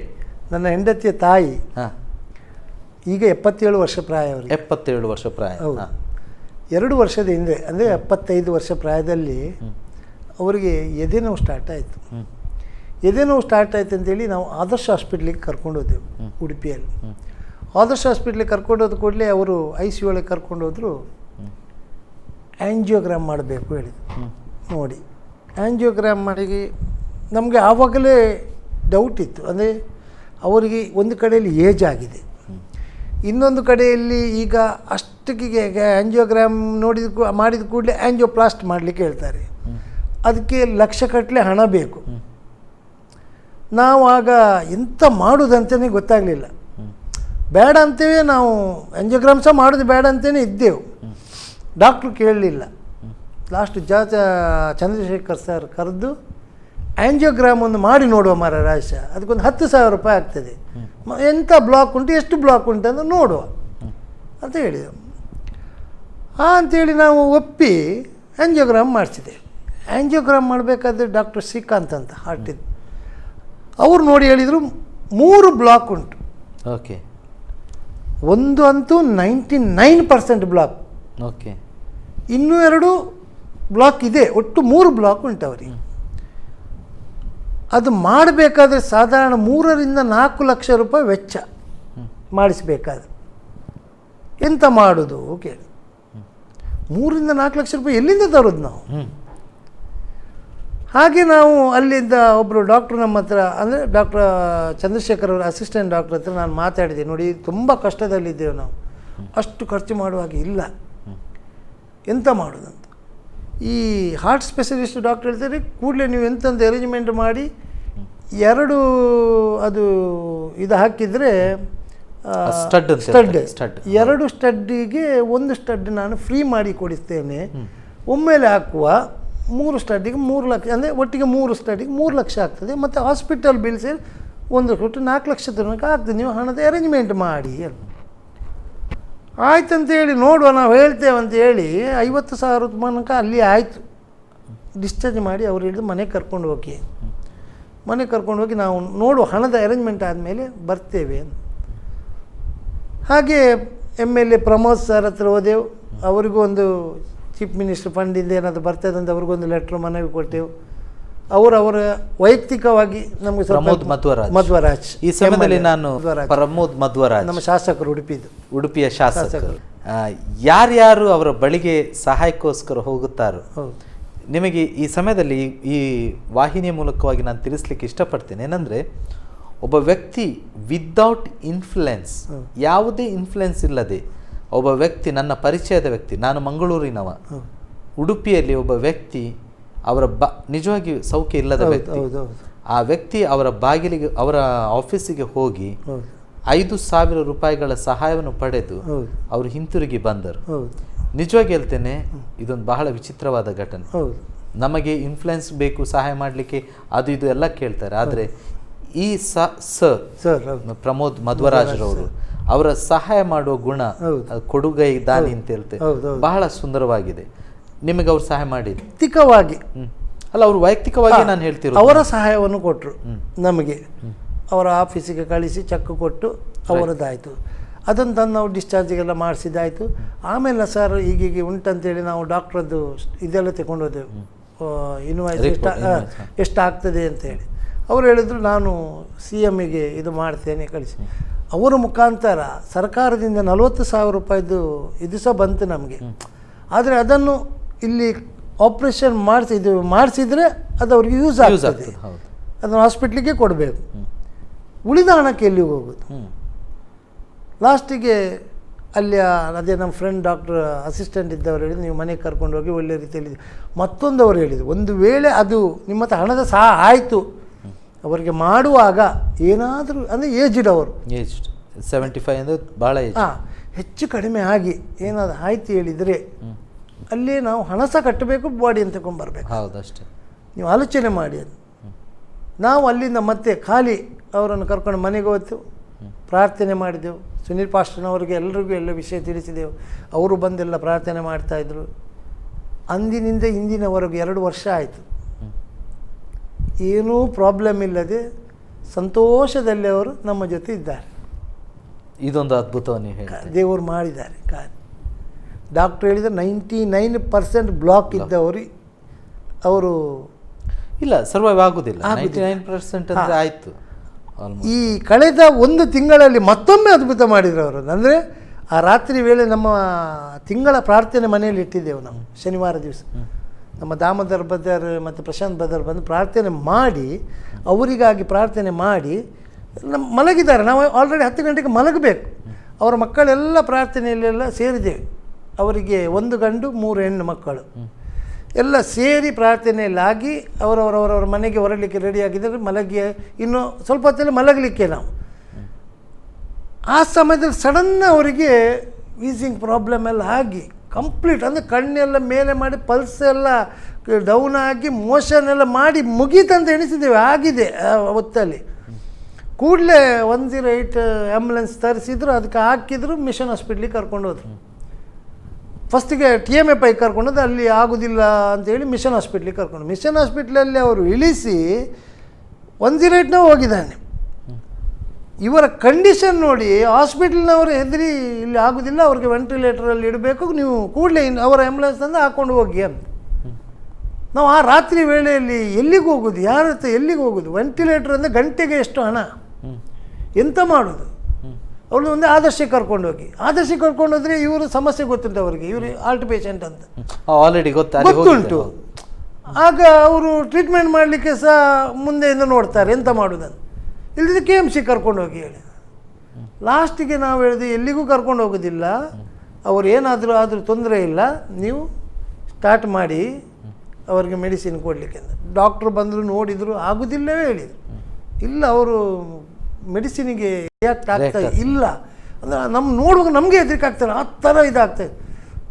ನಾವು ರಾತ್ರಿ 12 ಗಂಟೆ ಸಹ ಆಗ್ಬೋದು, ದಾಮೋದರ್ ಬ್ರದರಿಗೆಲ್ಲ ಫೋನ್ ಮಾಡಿ ಇಲ್ಲಿ ಪ್ರೇಯರೆಲ್ಲ ಮಾಡಲಿಕ್ಕೆ ಹೇಳಿದೆವು, ನಾವು ಪ್ರಾರ್ಥನೆ ಮಾಡಿದೆವು. ನೀವು ನಮಗೆ ನಂಬಲಿಕ್ಕೆ ಆಗಲಿಕ್ಕಿಲ್ಲ, 12 ಒಳಗೆ ಅವ್ರ ಮೆಡಿಸಿನ್ಗೆ ರಿಯಾಕ್ಟ್ ಆಗಿ ICU ಒಳಗೆ ಶಿಫ್ಟ್ ಮಾಡಿ ಮೆಡಿಸಿನ್ ಸ್ಟಾರ್ಟ್ ಮಾಡಿದ್ದು. 1 ವಾರ ಇದ್ದರು ಹಾಸ್ಪಿಟ್ಲಲ್ಲಿ, 30,000 ರೂಪಾಯಿ ಬಿಲ್ ಮಾಡಿ ಕರ್ಕೊಂಡು ಮನೆಗೆ ಬಂದೆ. ಒಳ್ಳೆ ರೀತಿಯಲ್ಲಿ ಸೌಖ್ಯವಾಗಿದ್ದು, ಭಾಳ ಸಂತೋಷ. ಪ್ರಿಯರೇ, ಈ ಸಮಯದಲ್ಲಿ ಒಂದು ನೋಟ್ ಅಥವಾ ಒಂದು ಸೂಚನೆ ಕೊಡಲಿಕ್ಕೆ ನಾನು ಇಷ್ಟಪಡ್ತೇನೆ. ಇಷ್ಟೊತ್ತು ನಾವು ಮಾತಾಡ್ತಿರುವಂಥ ಸಮಯದಲ್ಲಿ ಅನೇಕ ಹಾಸ್ಪಿಟಲ್ಗಳ ಬಗ್ಗೆ ನಾವು ಹೇಳಿದೆವು. ಒಂದನ್ನು ಭಾಳ ಸ್ಪಷ್ಟವಾಗಿ ತಿಳ್ಕೊಳ್ಳಿ, ನಾವು ಯಾವುದೇ ಹಾಸ್ಪಿಟಲ್ಗಳಿಗಾಗಲಿ ಅಥವಾ ಯಾವುದೇ ವೈದ್ಯರಿಗಾಗಲಿ ಯಾವುದೇ ಮದ್ದುಗಳಿಗಾಗಲಿ ನಾವು ವಿರೋಧವಾಗಿಲ್ಲ. ಯಾಕಂದರೆ ವೈದ್ಯರಿರುವುದು ರೋಗಿಗಳನ್ನು ಸಹಾಯ ಮಾಡುವುದಕ್ಕೆ, ಅವರಿಗೆ ಸೌಖ್ಯವನ್ನು ಹೊಂದುವುದಕ್ಕೆ. ವೈದ್ಯರ ಅಗತ್ಯ ಬಹಳವಾಗಿ ಇದೆ. ನಮ್ಮಲ್ಲಿಯೂ ಅನೇಕ ವೈದ್ಯರುಗಳಿದ್ದಾರೆ. ದೇವರ ವಾಕ್ಯ ತಾನೇ ಹೇಳ್ತದೆ, ಯೇಸು ಸ್ವಾಮಿ ತಾನೇ ಹೇಳ್ತಾನೆ, ರೋಗಿಗೆ ವೈದ್ಯನ ಅವಶ್ಯಕತೆ ಇದೆ ಎಂಬುದಾಗಿ. ಸೊ ವೈದ್ಯರು, ಆಸ್ಪತ್ರೆಗಳು ನಮ್ಮ ಅನಾರೋಗ್ಯಗಳಿಗೆ ಅದು ಸಹಾಯ ಮಾಡುವಂಥ, ನಾವು ಅಂಥ ಸೇವೆಗಳನ್ನು ಎಲ್ಲ, ಈಗ ನಾವು ತಾನೇ ಹೇಳಿದ ಎಲ್ಲ ಆಸ್ಪತ್ರೆಗಳ ಸೇವೆಗಳನ್ನು ನಾವು ಅಭಿನಂದಿಸ್ತೇವೆ. ಆದರೆ ಇದೆಲ್ಲವುಗಳಿಗಿಂತ ಮೇಲಾಗಿರುವ ಸಂಗತಿ ಏನೆಂದರೆ, ಇವರೆಲ್ಲರೂ ನಮಗೆ ಸಹಾಯ ಮಾಡುತ್ತಾರೆ, ಆದರೆ ಸೌಖ್ಯಪಡಿಸುವ ಆತನು ದೇವರಾಗಿದ್ದಾನೆ. ಇದನ್ನು ನಾವು ಅರ್ಥ ಮಾಡಿಕೊಳ್ಳಬೇಕು. ಈವನ್ ನಮಗೆ ಡಾಕ್ಟರ್ನವರು ಕೂಡ ಹೇಳ್ತಾರೆ, ಅನೇಕ ಡಾಕ್ಟರ್ಗಳು, ಶ್ರೇಷ್ಠ ಡಾಕ್ಟರ್ಗಳು ನಮ್ಮ ಹತ್ರ ಹೇಳಿದಿದೆ, ನಮಗೆ ಸೌಖ್ಯಪಡಿಸಲಿಕ್ಕೆ ಸಾಧ್ಯವಿಲ್ಲ, ನಾವು ಸಹಾಯ ಮಾಡುತ್ತೇವೆ, ಸೌಖ್ಯಪಡಿಸುವ ಆತನು ದೇವರೆಂಬುದಾಗಿ. ಈ ಕಾರ್ಯಕ್ರಮದ ಮೂಲಕವಾಗಿ ನಾವೆಲ್ಲ ಆಸ್ಪತ್ರೆಗಳನ್ನು, ಎಲ್ಲ ವೈದ್ಯರುಗಳನ್ನು ನಾವು ಅಭಿನಂದಿಸ್ತೇವೆ. ನೀವು ಮಾಡುವಂಥ ಸೇವೆಗಳು, ನಾವು ಹೇಳ್ತಾ ಇಲ್ಲ ಅಸೌಖ್ಯವುಳ್ಳ ವ್ಯಕ್ತಿಗಳು ಡಾಕ್ಟರ್ ಹತ್ರ ಹೋಗಬಾರ್ದು ಅಂತೇಳಿ. ನಾವೇನು ಹೇಳಿಕ್ಕೆ ಹೋಗ್ತಿದ್ದೇನೆಂದರೆ, ನೀವು ಡಾಕ್ಟರ್ ಹತ್ರ ಹೋದರೂ ಕೂಡ, ಆಸ್ಪತ್ರೆಗಳಿಗೆ ಹೋದರೂ ಕೂಡ ಸೌಖ್ಯಪಡಿಸುವ ಆತನು ದೇವರೆಂಬುದನ್ನು ನೀವು ಅದನ್ನು ಅರ್ಥ ಮಾಡಿಕೊಂಡು, ನೀವು ಆಸ್ಪತ್ರೆಯಲ್ಲಿ ನನ್ನ ಮಾತುಗಳನ್ನು ಕೇಳುತ್ತಿರುವುದಾದರೆ, ನೀವು ಆಸ್ಪತ್ರೆಯಲ್ಲಿ ದೇವರನ್ನು ಪ್ರಾರ್ಥಿಸುವುದಾದರೆ, ದೇವರು ಸೌಖ್ಯವನ್ನು ಕೊಡುವ ಆತನಾಗಿದ್ದಾನೆ. ಈ ಕಾರ್ಯಕ್ರಮಗಳ ಮೂಲಕವಾಗಿ ನಿಮ್ಮನ್ನು ಇನ್ನೊಂದಾವರ್ತಿ ನಾನು ಅಭಿನಂದಿಸ್ತೇನೆ. ಈ ಕಾರ್ಯಕ್ರಮಕ್ಕೆ ಬಂದು ತಮ್ಮ ಸಾಕ್ಷಿಯನ್ನು ಹೇಳಿದ ರಾಜೇಶ್ ಪೈ ಅವರಿಗೆ ಕೂಡ ಧನ್ಯವಾದಗಳು. ಬಹಳ ಸುಂದರವಾದ ಸಾಕ್ಷಿಯನ್ನು ನಮಗೆ ಹೇಳಿದಿರಿ. ಇದರ ಮೂಲಕವಾಗಿ ಅನೇಕರಿಗೆ ಅದು ಸಹಾಯವಾಗಲಿ. ಪ್ರಿಯರೇ, ಮತ್ತೊಬ್ಬ ಅತಿಥಿಯೊಂದಿಗೆ ಮುಂದಿನ ಕಾರ್ಯಕ್ರಮದಲ್ಲಿ ನಾವು ನಿಮ್ಮನ್ನು ಭೇಟಿಯಾಗುತ್ತೇವೆ.